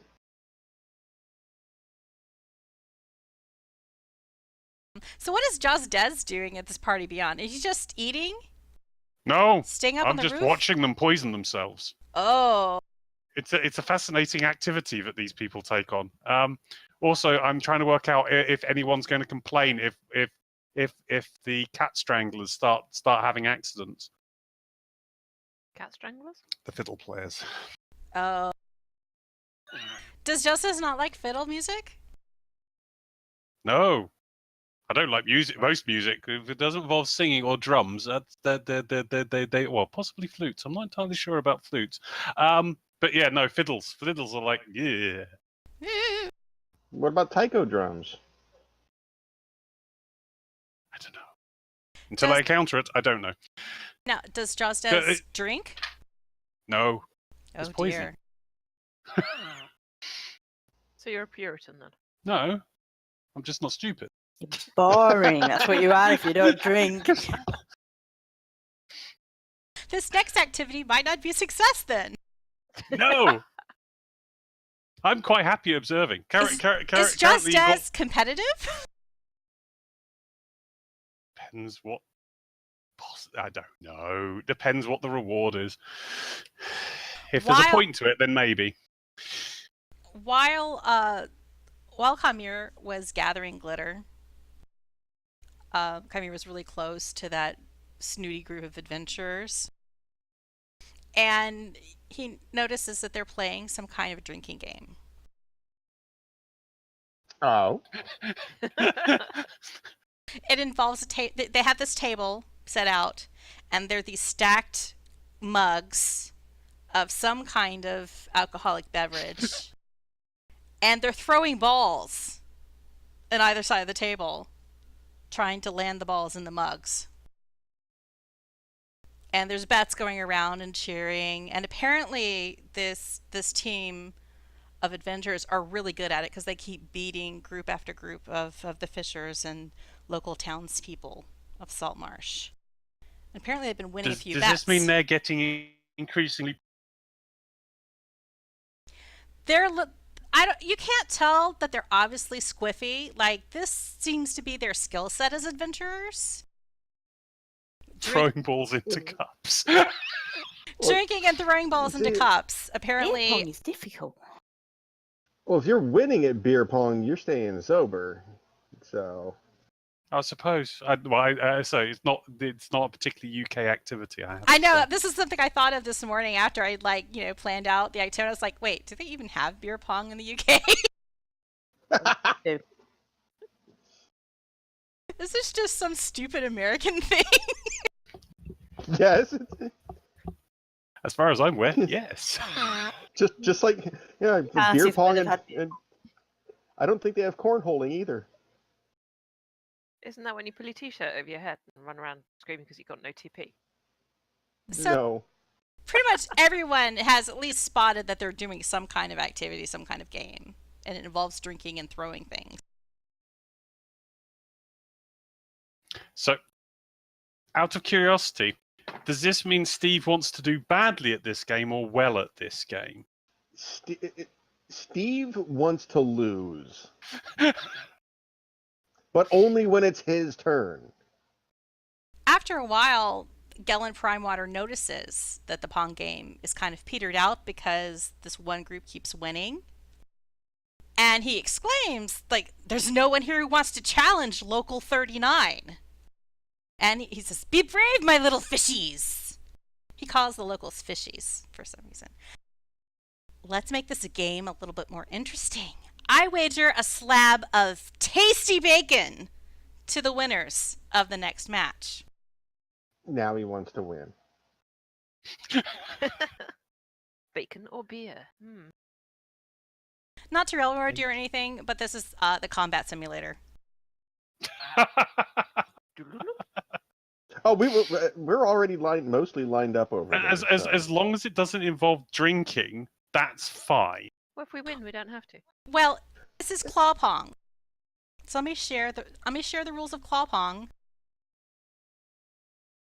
So if you go to the story tab or the story button, you should actually have something now. Yeah, it's popped up.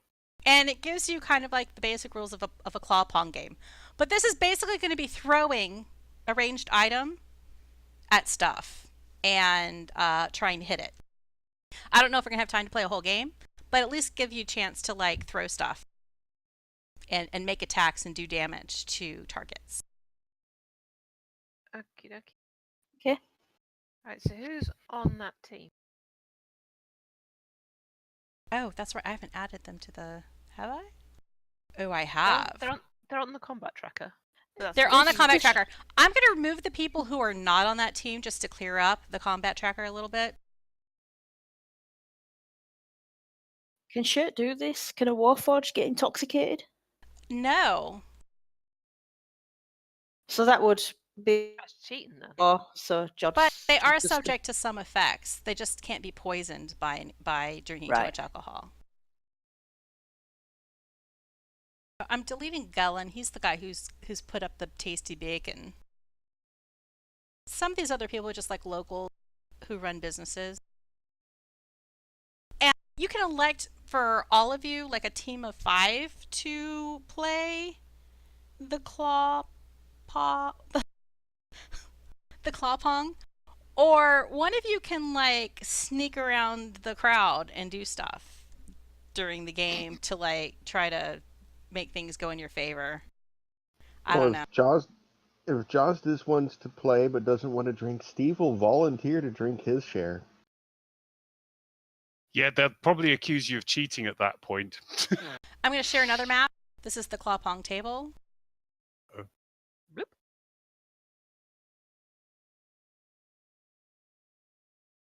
As you get closer to the table, you find out that this isn't just any alcoholic beverage. It is a local specialty brewed by the Wrist family out of the tavern inn that's close to the docks called the Snapping Line. It's claw wine. It's fermented out of lobster meat and potatoes. Wait. One of the rules says fingering. It does. What the hell? You can try to finger during Or someone blow. else's turn. Or You can try blow, to finger yeah. or blow. Welcome to Claw Pong. I'm just sitting here waiting for someone to actually get to say, as a legitimate action in Dungeons and Dragons, I would like to finger the ball. I would like to finger that mug. I need to pull the rule. So, for you guys, you probably all want to have. Can everybody see the map? Yeah. Can everybody see the tabletop? I guess I just asked the same question. Can everybody? Yes, Everybody has the rules. Yep. Mm-hmm. Can everybody see the combat tracker? Yep. Yep. Getting a bit Yes. cluttered. However. Roll This is the initiative. problem. Roll initiative. Right, how do I do that? Go to the main page of your character sheet. Oh, it's a pity one. And you can either pull the dice from where it says initiative on the main page of your character sheet, or you can double click it twice. There's also an initiative at the top of the actions tab where your weapons and Oh spells yeah, are. that's right, there is. Because you have that cool combat stats one. What? No, I'm confused. Where's the initiative? Sorry. It's either on your main page, What, the init? where it says in it, Yeah. yes, besides Right, your okay. AC. And then it's also on your Ooh. action tab.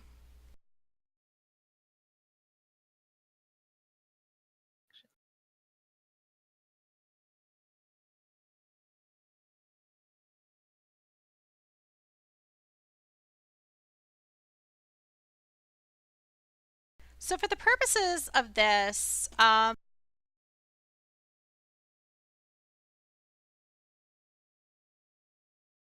Kymir had the best initiative. So Kymir gets to start with the play. Okay. And it's going to alternate between Kymir and then... Oh, I need to roll initiative for my peeps. Let me just do it, because they're supposed to alternate with you guys. That's pretty alternating. Alrighty. Why your initiative not gone track? I don't know. Wait, you're saying your initiative did It go to has. It tracker? says 5. It says 5, yeah. I got a 5. Yeah, Steve. Yeah. Pansy and Trinif haven't gone in. Uh, Yeah, Oh, Steve rolled a Steve 0. rolled a 0, and it can't do that, so I'm going to give him a pity one. Yeah, Fantasy Grounds does not know how to comprehend a 0 or negative initiative. Aww. Aw. Yeah, Hate and magnet. I'm going to put you guys on your side of the dealio. And I guess I'm putting you on the side that you're aiming for, because that's going to be the easiest thing for you guys to target, because it's at the top of the screen.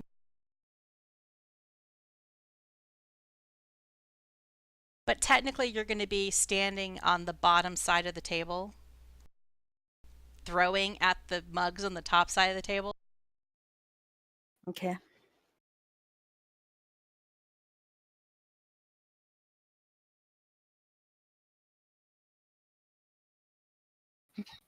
Kereithlana's already been at the wine. Kereithlana, sorry.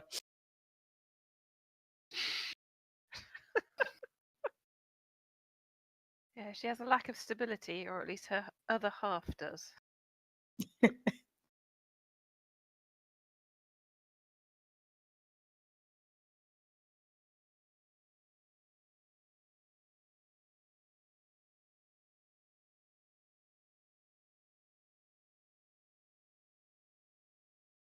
Yeah, you can always adjust yourselves if needed. I do encourage adjusting yourself. So, Kymir, you get to go first. And, what I forgot to do is actually give you a Pong ball.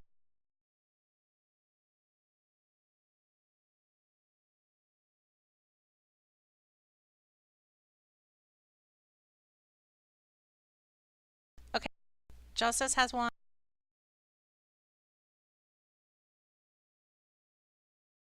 Kymir, you have a Pong ball now. Yep. And it should show up on your actions tab, as well as your inventory. Yes, it does.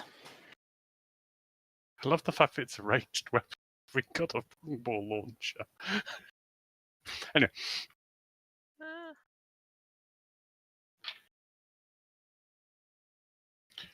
Okay, everybody should Yep, have a there it Pong ball is. now.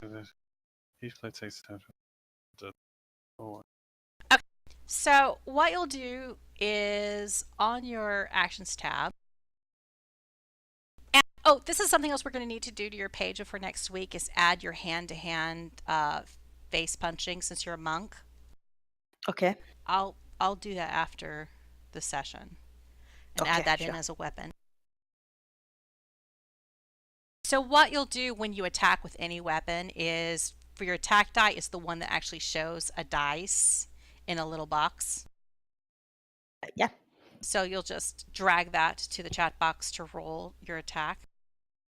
That. And you critical hit a mug. Woohoo! Actually, and the other thing I should tell you is when you do the damage or when you target somebody, you can drag that dice not only to the chat box, but to apply it directly to a specific target. You can drag the dice to the actual item on the map. To the actual mug. Right. Yeah. Should So, I redo it then, or? Yeah, you can redo it. It's fine. We'll still treat it like a hit. We're still treating it like a hit. Okay. So now drag some damage, and so it'll just be the box that actually lists the 1d4 and the Damage. type. Yeah. So you killed that mug of or you landed. Well, say technically you did enough damage to that mug of claw wine that somebody has to drink it on the opposing team. And that person is the last person to go in their order, which is Trinith Tordan. So Trinith Tordan has to drink that mug of claw wine, which means she has to do a saving throw. Twice. Because it's a bounce move. Yeah, it was a critical.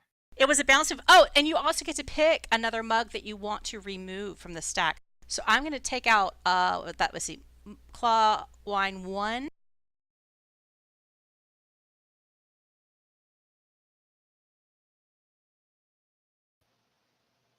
Well, I think Clawline 1's one of ours, so. Oh, yeah. I'm totally wrong. It was claw wine. Oh, no, those are the 19? ones you're throwing at. Yeah, she actually attacked our wine. Oh, right. That's fine. That's the wine you're targeting. You're on the side of the mugs that you're supposed to be throwing at. Oh, I mean, okay. I kind of have it opposite of what it would physically be in real life.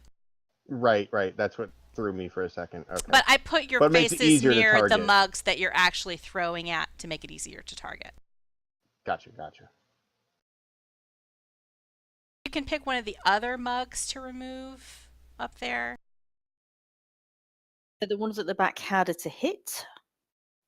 Yeah, the ones that are, well, I guess technically, yes, because if something's blocked, we treat it as cover rules to hit them. Okay. So 17. Alrighty. Second from the right, from the left. Sorry. So the idea is to get rid of the mugs that we're targeting as quickly as possible. Yeah, you want to be the first one to Yep. clear all the mugs, Right, get them to okay. drink all the mugs on their side. And I need to have a con save for what's her face.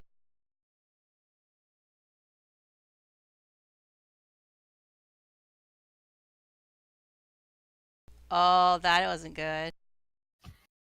Then she's got to drink another one. So the first one With she failed. disadvantage. The first one she failed. Oh wait. Oh. That's right. I didn't do it with disadvantage. Let me draw the effect to Yeah. her. Rather do it. Which is not. Well, you just take So control. she's claw drunk.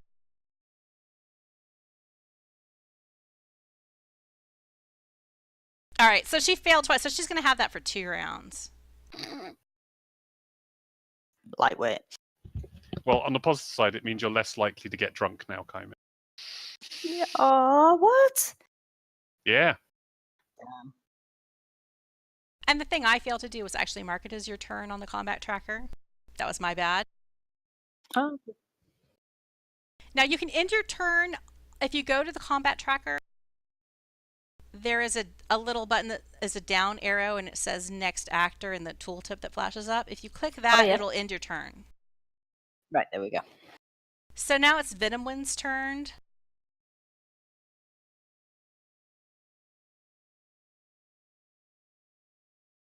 They don't have a little ball, but I'm going to do something that this guy does have what I copied for the Pong ball, so. I think it right.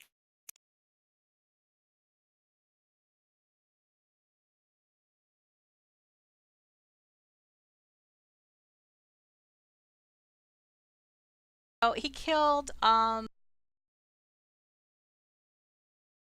19, and Kymir has to drink it. Right, so what do I do? Do a con save.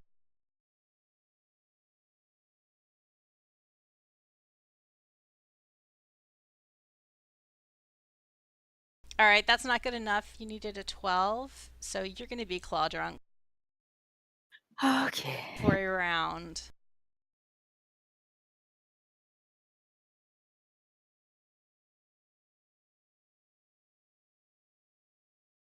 Now, Kereithlana's up. Okie dokie. I will have a go at the 13. You want to do ones at the front, otherwise you've got rules. The 13's. Yeah, no. The front of the triangle is, yeah, that's the front. Everything else has got cover. Yeah, 13 would have partial cover, and 16 would have like 3/4. But like, yeah, everything has partial cover or 3/4 except for 10 and Yeah, so 11. Okay. Okay, I'll go with 10. Use your pong ball. Use my Pong. Oh, it's a hit! And then do your damage. Then you just drag it.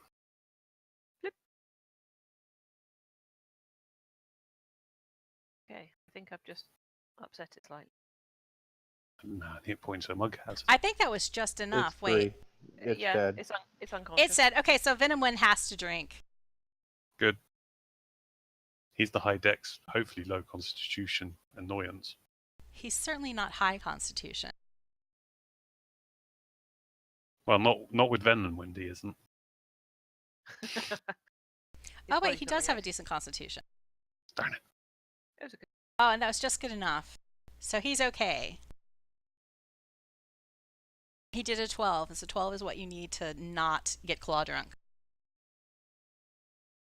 All right, so you want to end your turn? Yep. Now it is Shirt's turn. Is it this button? Yeah.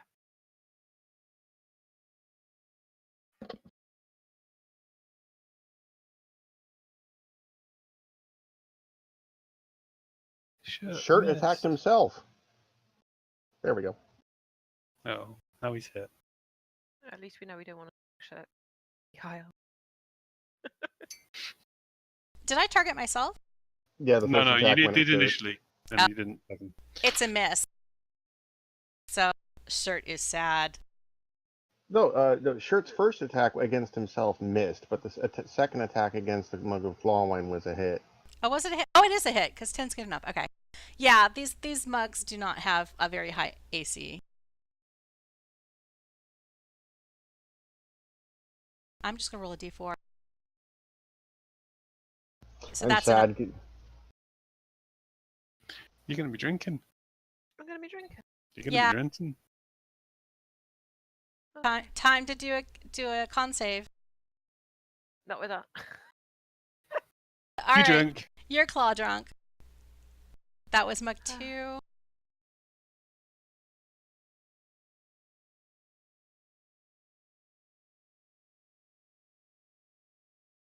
It'll be Shaefira's turn.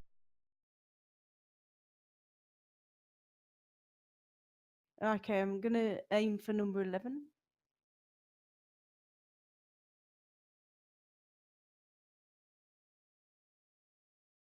We subconsciously put ourselves in initiative order. I dragged everybody. I like specifically put the opponents in alternating order with you guys. No, I mean, but when we Across the top. put ourselves on the table, we Oh! actually put ourselves in initiative order by You complete guys are accident. weird. You I've did. got OCD, some small OCDs. I moved people around so they were in the right order. Oh! You sad person. Okay, so Shaefira killed Mug 11, so Shirt has to drink. No shirt, no service. Oh dear. I'm wondering what Dragon Shard glitter does to Warforged. Makes them shiny.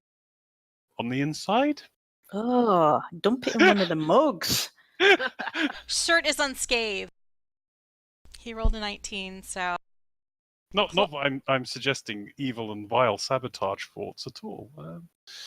might clog up some orifices. It would be terrible if they were ball bearings. Hank Helloy is already claw drunk. Oh, because I mean- that's from my testing last night. Uh-oh. He be drinking already. He'd be drinking already. This is from a previous game. This does not bode well for Hank Halloy. I was going to say, he's a loser. He was the one that's just giving them enough so that everybody else felt they had a chance. It's a miss. Poor Hank Halloy. On the positive stuff, he's not going to be claw drunk anymore. Oh Okay. no, it's my turn. It's Jozdess' turn. So hang on. So I want to clear that one.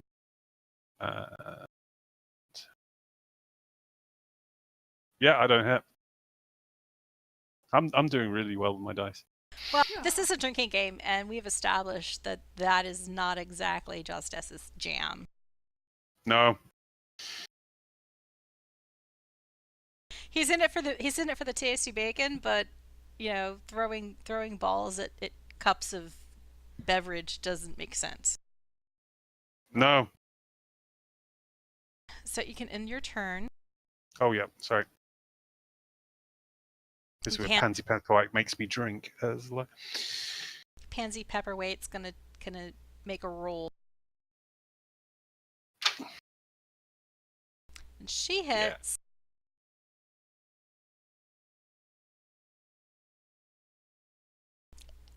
And it's just enough to take out Mug 20. So Jozdess is going to have to drink.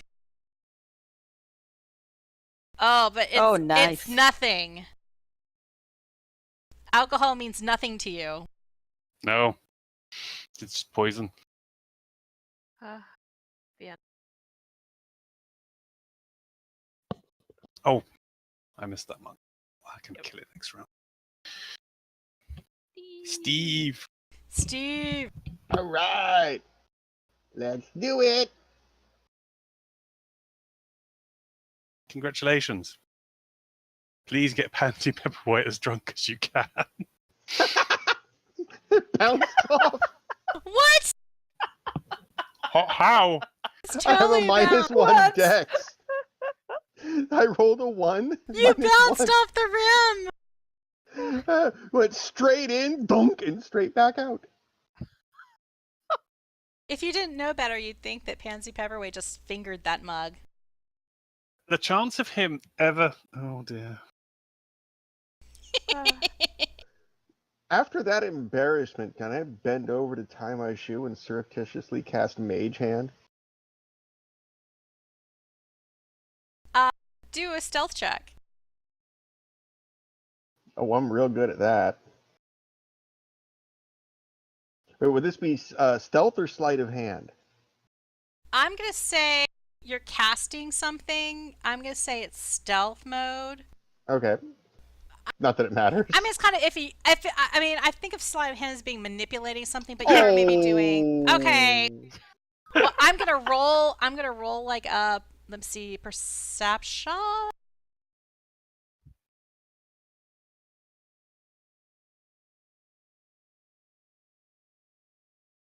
All right. Pansy doesn't notice, so you are successful at doing what? What do you do with Mage Hand? For right now, it stays around for a minute, and I can keep it up with it's not a concentration spell. So you haven't So tried I to can just actually kinda- manipulate the game with your mage hand yet? You No, just it's just ducked under the table, cast it, and just kind of leave it hanging around. you have it readied. I'm going to use it basically as a cantrip, Big B's ping pong or beer pong ball blocking hand Your fingering device. fingering device in front of Mug of Claw Wine 14. Okay. Just do. Alrighty. Okay, so that's your turn.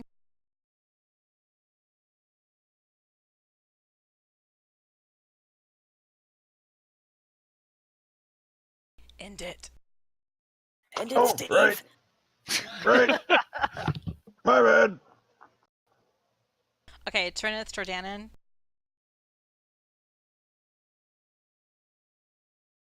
She was claw drunk from Kymir's success. But she Yay. still managed to hit.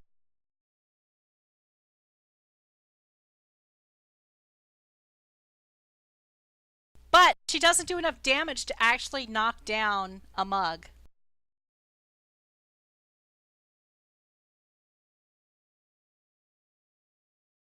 Oh wait, not 14. 14's one of ours. Oh yeah, that's what I want. She hit I'd 5. I'd want to be protecting one of ours, like Yeah, so Three. you want number 5 or Preventing number them 4 from or number throwing 3. at one of...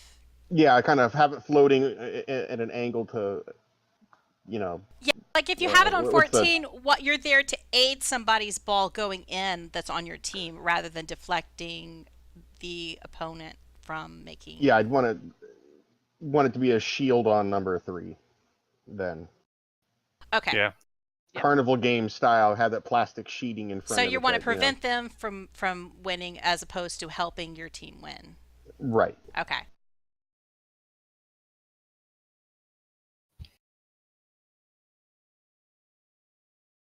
Yeah, I couldn't figure out a way to keep the Mugs of Claw Wine from having a turn, so I'm just going to fast forward through all of them. Boop, boop, boop. And now it's Kymir's turn again. Okay, I'm gonna go for 12.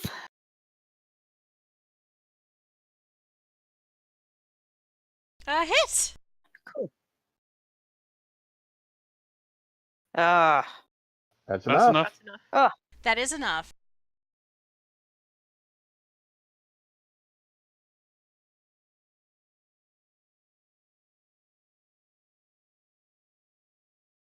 So Tyranef is never not going to be claw drunk. Yes. It's right. Yeah. That's her life now. So do the effects stack or just... No. They Carry don't on. stack. Carry on. Actually, oh, you know what? She had 2 Yeah, stacks she of had it 2 rounds before. already, so she's still got 2. Let me just delete this new one and up the one she already had. But you're right, she's never going to not be claw drunk. Venom Wind.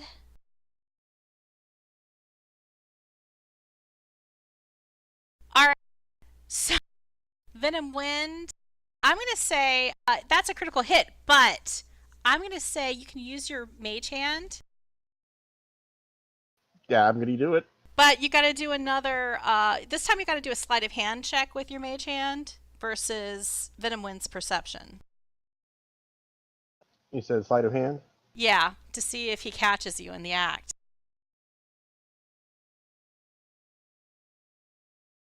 Very spinny dice. And he does. You had a 9, he had a 12. So Pretty. he, Yeah, it was gonna go in and very obviously get swatted to the side. so he spots you, trying to like cheat a little, and you get called out. And that means he gets to throw again. And your mage hand has been shunned. You're getting boos from the townspeople watching the match. Like, Stiiv!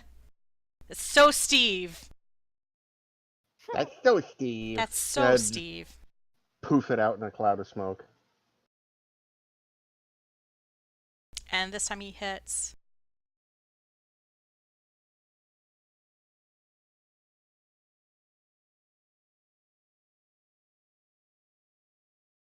Instant death. Instant death to mug number 3. And Right, so who has that's to drink? me. Kymir has to drink again? Yeah, so that's a con save, yeah? Yes.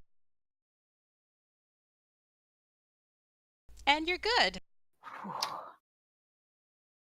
Okie dokie. Oh, targets. Yep, that's good. Control. There we go. Okay. That's That's enough. a hit. Hey, hey. Take that, you foul fiend. Number 13 is gone. Yep.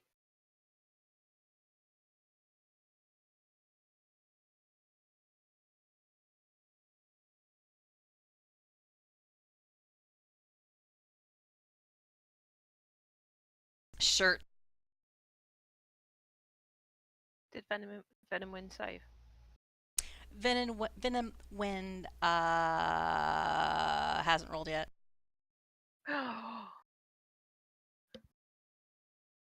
Oh, he did not save. I mean, oh, that's terrible. He's claw drunk. Kymir's got a smirk at him. And Shirt missed. Shirt has missed both times, hasn't he? Yes, I'm guessing that Shirt's good at punching things, not throwing them. Yeah. I think Shirt's just here because his friends are. Shaefira's turn. Now, am I saying that right? I keep wanting to rhyme it with Shakira.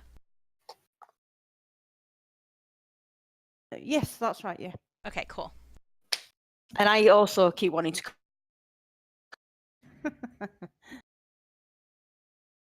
That's because she was on the Ultimate MTV Women's thing. Then it just, stuck. Well, she actually should be on that list somewhere. Well, she Yeah, was she was. really low down. Oh, man. Was Yeah, Joan it's Jett shocking. even on that list? No. What? No, I know. That's a crime. That list is bullshit. She could have George Michael's place, surely. You would think so, wouldn't you? Yeah. Oh, you missed Shaefira. I'm gonna raise that mug of wine from the dead.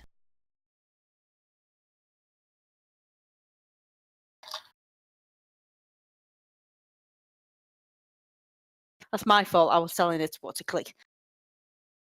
I think we're being distracted talking about your name.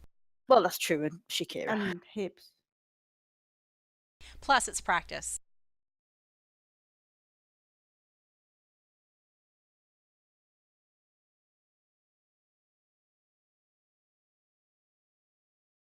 Hank makes a critical hit. But I'm going to say he only does 1 damage to Mug 4. But that means Shaefira has to... no, you don't. It is Jozdess's turn. Oh, lost it again. Pong ball, pong ball, pong ball.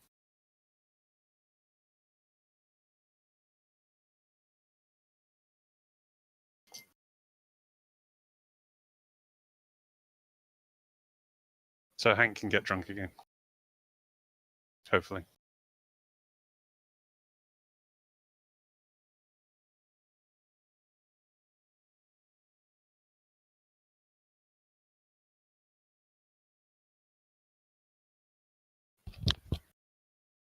I'm hoping. Nope, he saves. Pansy.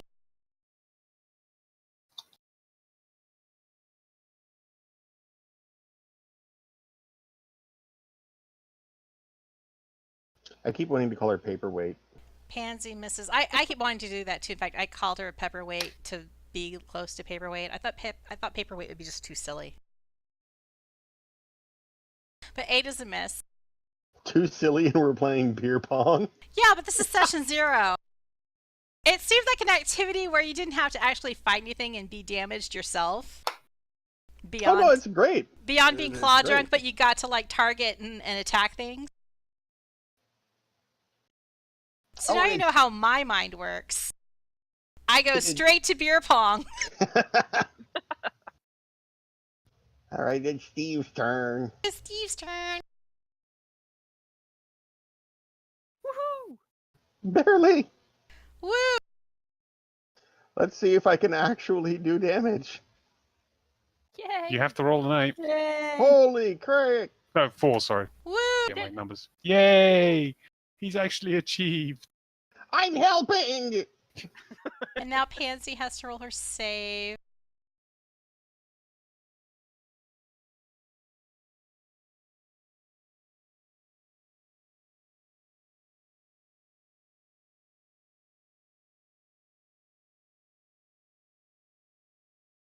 I keep forgetting which buttons are which. Oh, she fails her save. So not only did Stiiv manage to drop a ball, but he got someone claw drunk.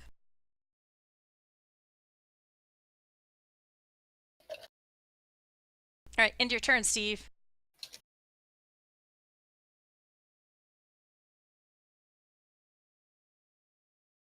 The perpetually drunk Trinith actually hit something.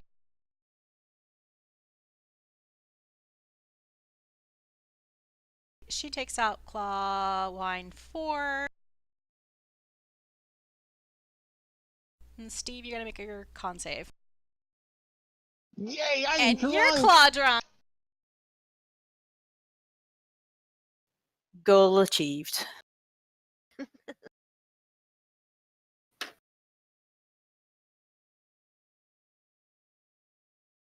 Oops, I'm sorry. Let me go back to Kymir. Okay, I should go for 18. I don't suppose I actually have to tell you which one. At this point, we didn't have the called shot rule, but there's a thing in beer pong where you can do called shots and get extra mugs that way. Oh. That's a future claw pong experience. Boom. That was Ooh. 18. Oh my god, you guys have almost won. You realise that I will not roll this well for the rest of the games. Yeah, that's pretty much. I wanted to make sure you got all your good rolls out of the way Yeah, before, thanks. before I put you in a death-defying situation next week. Yeah, I'll trip and kill myself next week.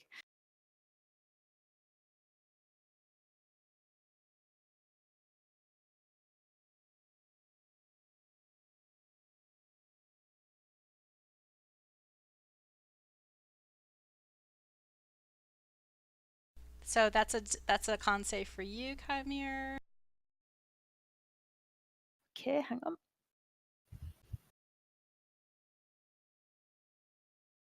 You're good. Yeah. Kereithlana. Last mug. It's down to you. Come on, Elf. You could make the winning shot. No pressure. Wow, Okay. we're like 3 mugs ahead of them. Yeah, it's the rebuttal which is the problem. Woohoo!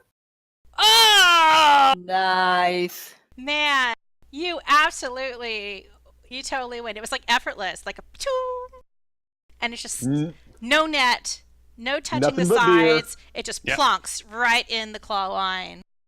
How many of them are actually drunk? 2, No. 3. 3 of them. And we'll make 2. Venom Wind roll.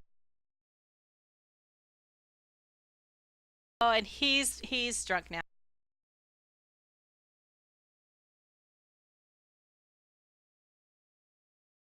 That's right, that bacon is ours, man. Is it? No. Okay. That bacon is yours.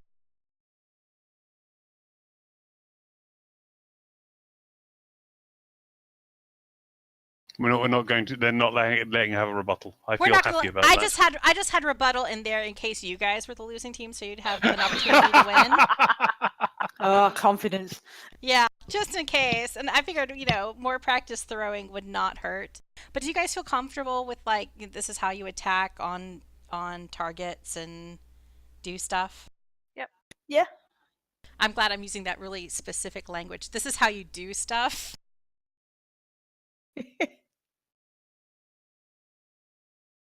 So this is how combat works. Now, the one thing I didn't have you guys practice doing is casting spells. I was literally just about to throw an Eldritch Blast at their wine. You missed it Why am I disadvantaged? You're drunk. because you're drunk. Yeah, Oh, flaw that's wine. a good. That's a good reason. But if you want to, you can target one of the players if you have a spell that you would like to cast on them, and practice making them do a save or just doing your damage roll against them to cast a spell. But for Shaefira, it's going to be pretty much what we just did, just, with knives and stuff instead of throwing a pong ball. Likewise for Kymir. So I think Okay. Kereithlana is the only one who's spellcasting. There we go. Oh, I should give you some tasty bacon, shouldn't I?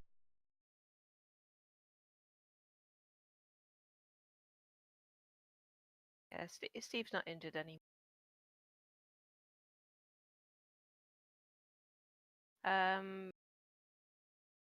The combat tracker and hit points, Mm-hmm. they go down to 0 rather than going up. Is that right?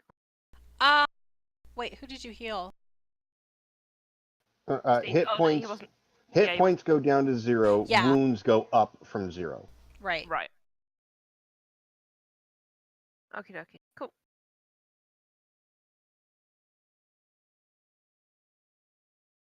The number in green is your current hit points, and then the one beside it is your max. And then the temporary column is what we'd use if you were a druid and you could shapeshift. Or if you have a spell like aid or that kind of thing that grants you temporary hit points. Yep. Okie dokie. We have bacon. You now have 5 tasty bacon in your party sheet inventory. So everybody can take a tasty bacon and put it in your pocket. I wonder if I can assign it to more than one person. Yoink. Yeah, you should be able to just yoink it. Yeah, you should be able to actually distribute as well. Can you guys actually take your own piece, or do I need to actually distribute, assign it to you? No, Okay. we're dragging our own. If you grab the shield, dump it in your inventory, it'll give you your portion.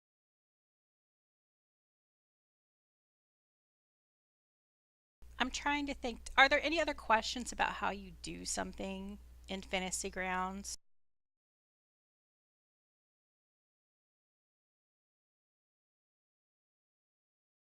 If you look at the description of this, you'll see that it's a small heal item. Sorry, what was that? It's an item that will grant you healing. It's not as strong as a potion of healing, but it's stronger than a good berry because it's tasty bacon. Tasty bacon. And is then the always other question tasty. before that was, is there anything else that you have questions about? We can handle anything when it comes up when we start playing next week. But do you have questions about anything else about Fantasy Grounds? I think my main bit was like the combat and the saves and everything. So and that seems really straightforward. Actually, now you've shown us it. Okay. So mainly, I just need to add your hand-to-hand weapon. Okay. And that is a 1d4 to start for your monk, right? I believe so. Yes. You don't get key points to level 2, right? Yeah. 2. I'm learning about monks. Like last night, I finally actually read the monk page in the player's handbook you because I went- hadn't bothered before. Actually, I might have read it once before. I think there was one point where I was thinking about a monk character.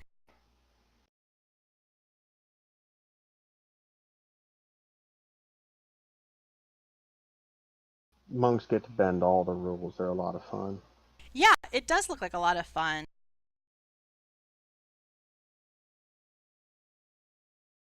It's just it's my main DDO thing, and it's just, I just thought it carried over. So And even it's though everything I've read says Tiefling is a terrible race to have as a monk, but Who cares? do what the heart wants. yeah, exactly. Who cares about optimizing tabletop? It's more Yeah. fun to be silly. So, okay, it's a D4 and you use your dex as the to hits and bonuses. Yeah.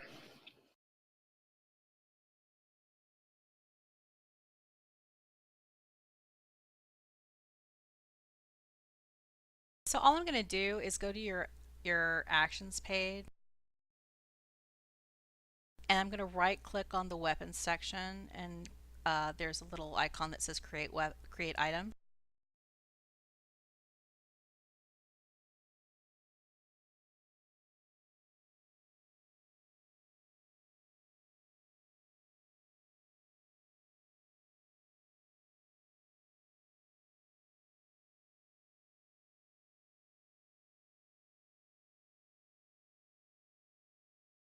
My only question is, how did you get tasty bacon in bold? I used bold, I think. You can do that? Well, previously it wouldn't have worked in the other campaign because I was using a defined font where I did not have. It's a... I only had like the basic font loaded for that Gotcha. campaign. So it's a mod. It's a module you added in, not. But I something actually this time when I changed the font style, I actually have italicized and bold font styles loaded. Gotcha.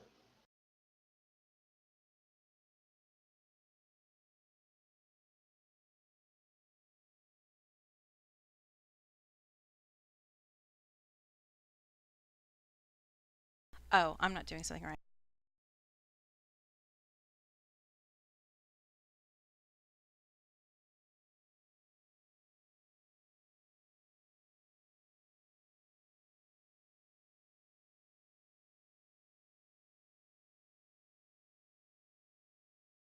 Okay, I think that's right.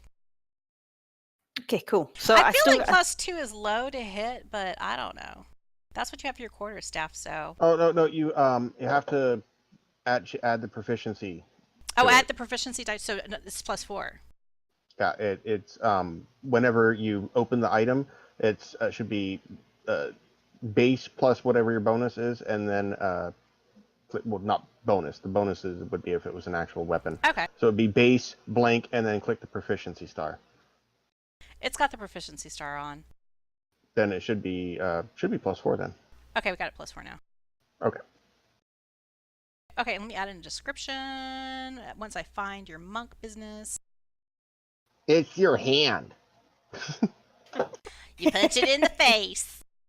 That's pretty much it. You also have the options of feet and knees, elbows, and your head. Hit with all the things. Yes. Good stuff. Do you get additional damage with a tiefling headbutt? No. You're not a minotaur. I can't wait till I get to bring. I have this full build idea for a character of a GIF monk, and I'm just waiting for an opportunity to use them. Named Hippopunchamus. Just because I want to see, like, have the mental image of a GIF doing like a flying spin This is kick. going to make me type it by hand. Or actually, I'll just drag the whole thing over there. Ah! I'm ruining your sheet.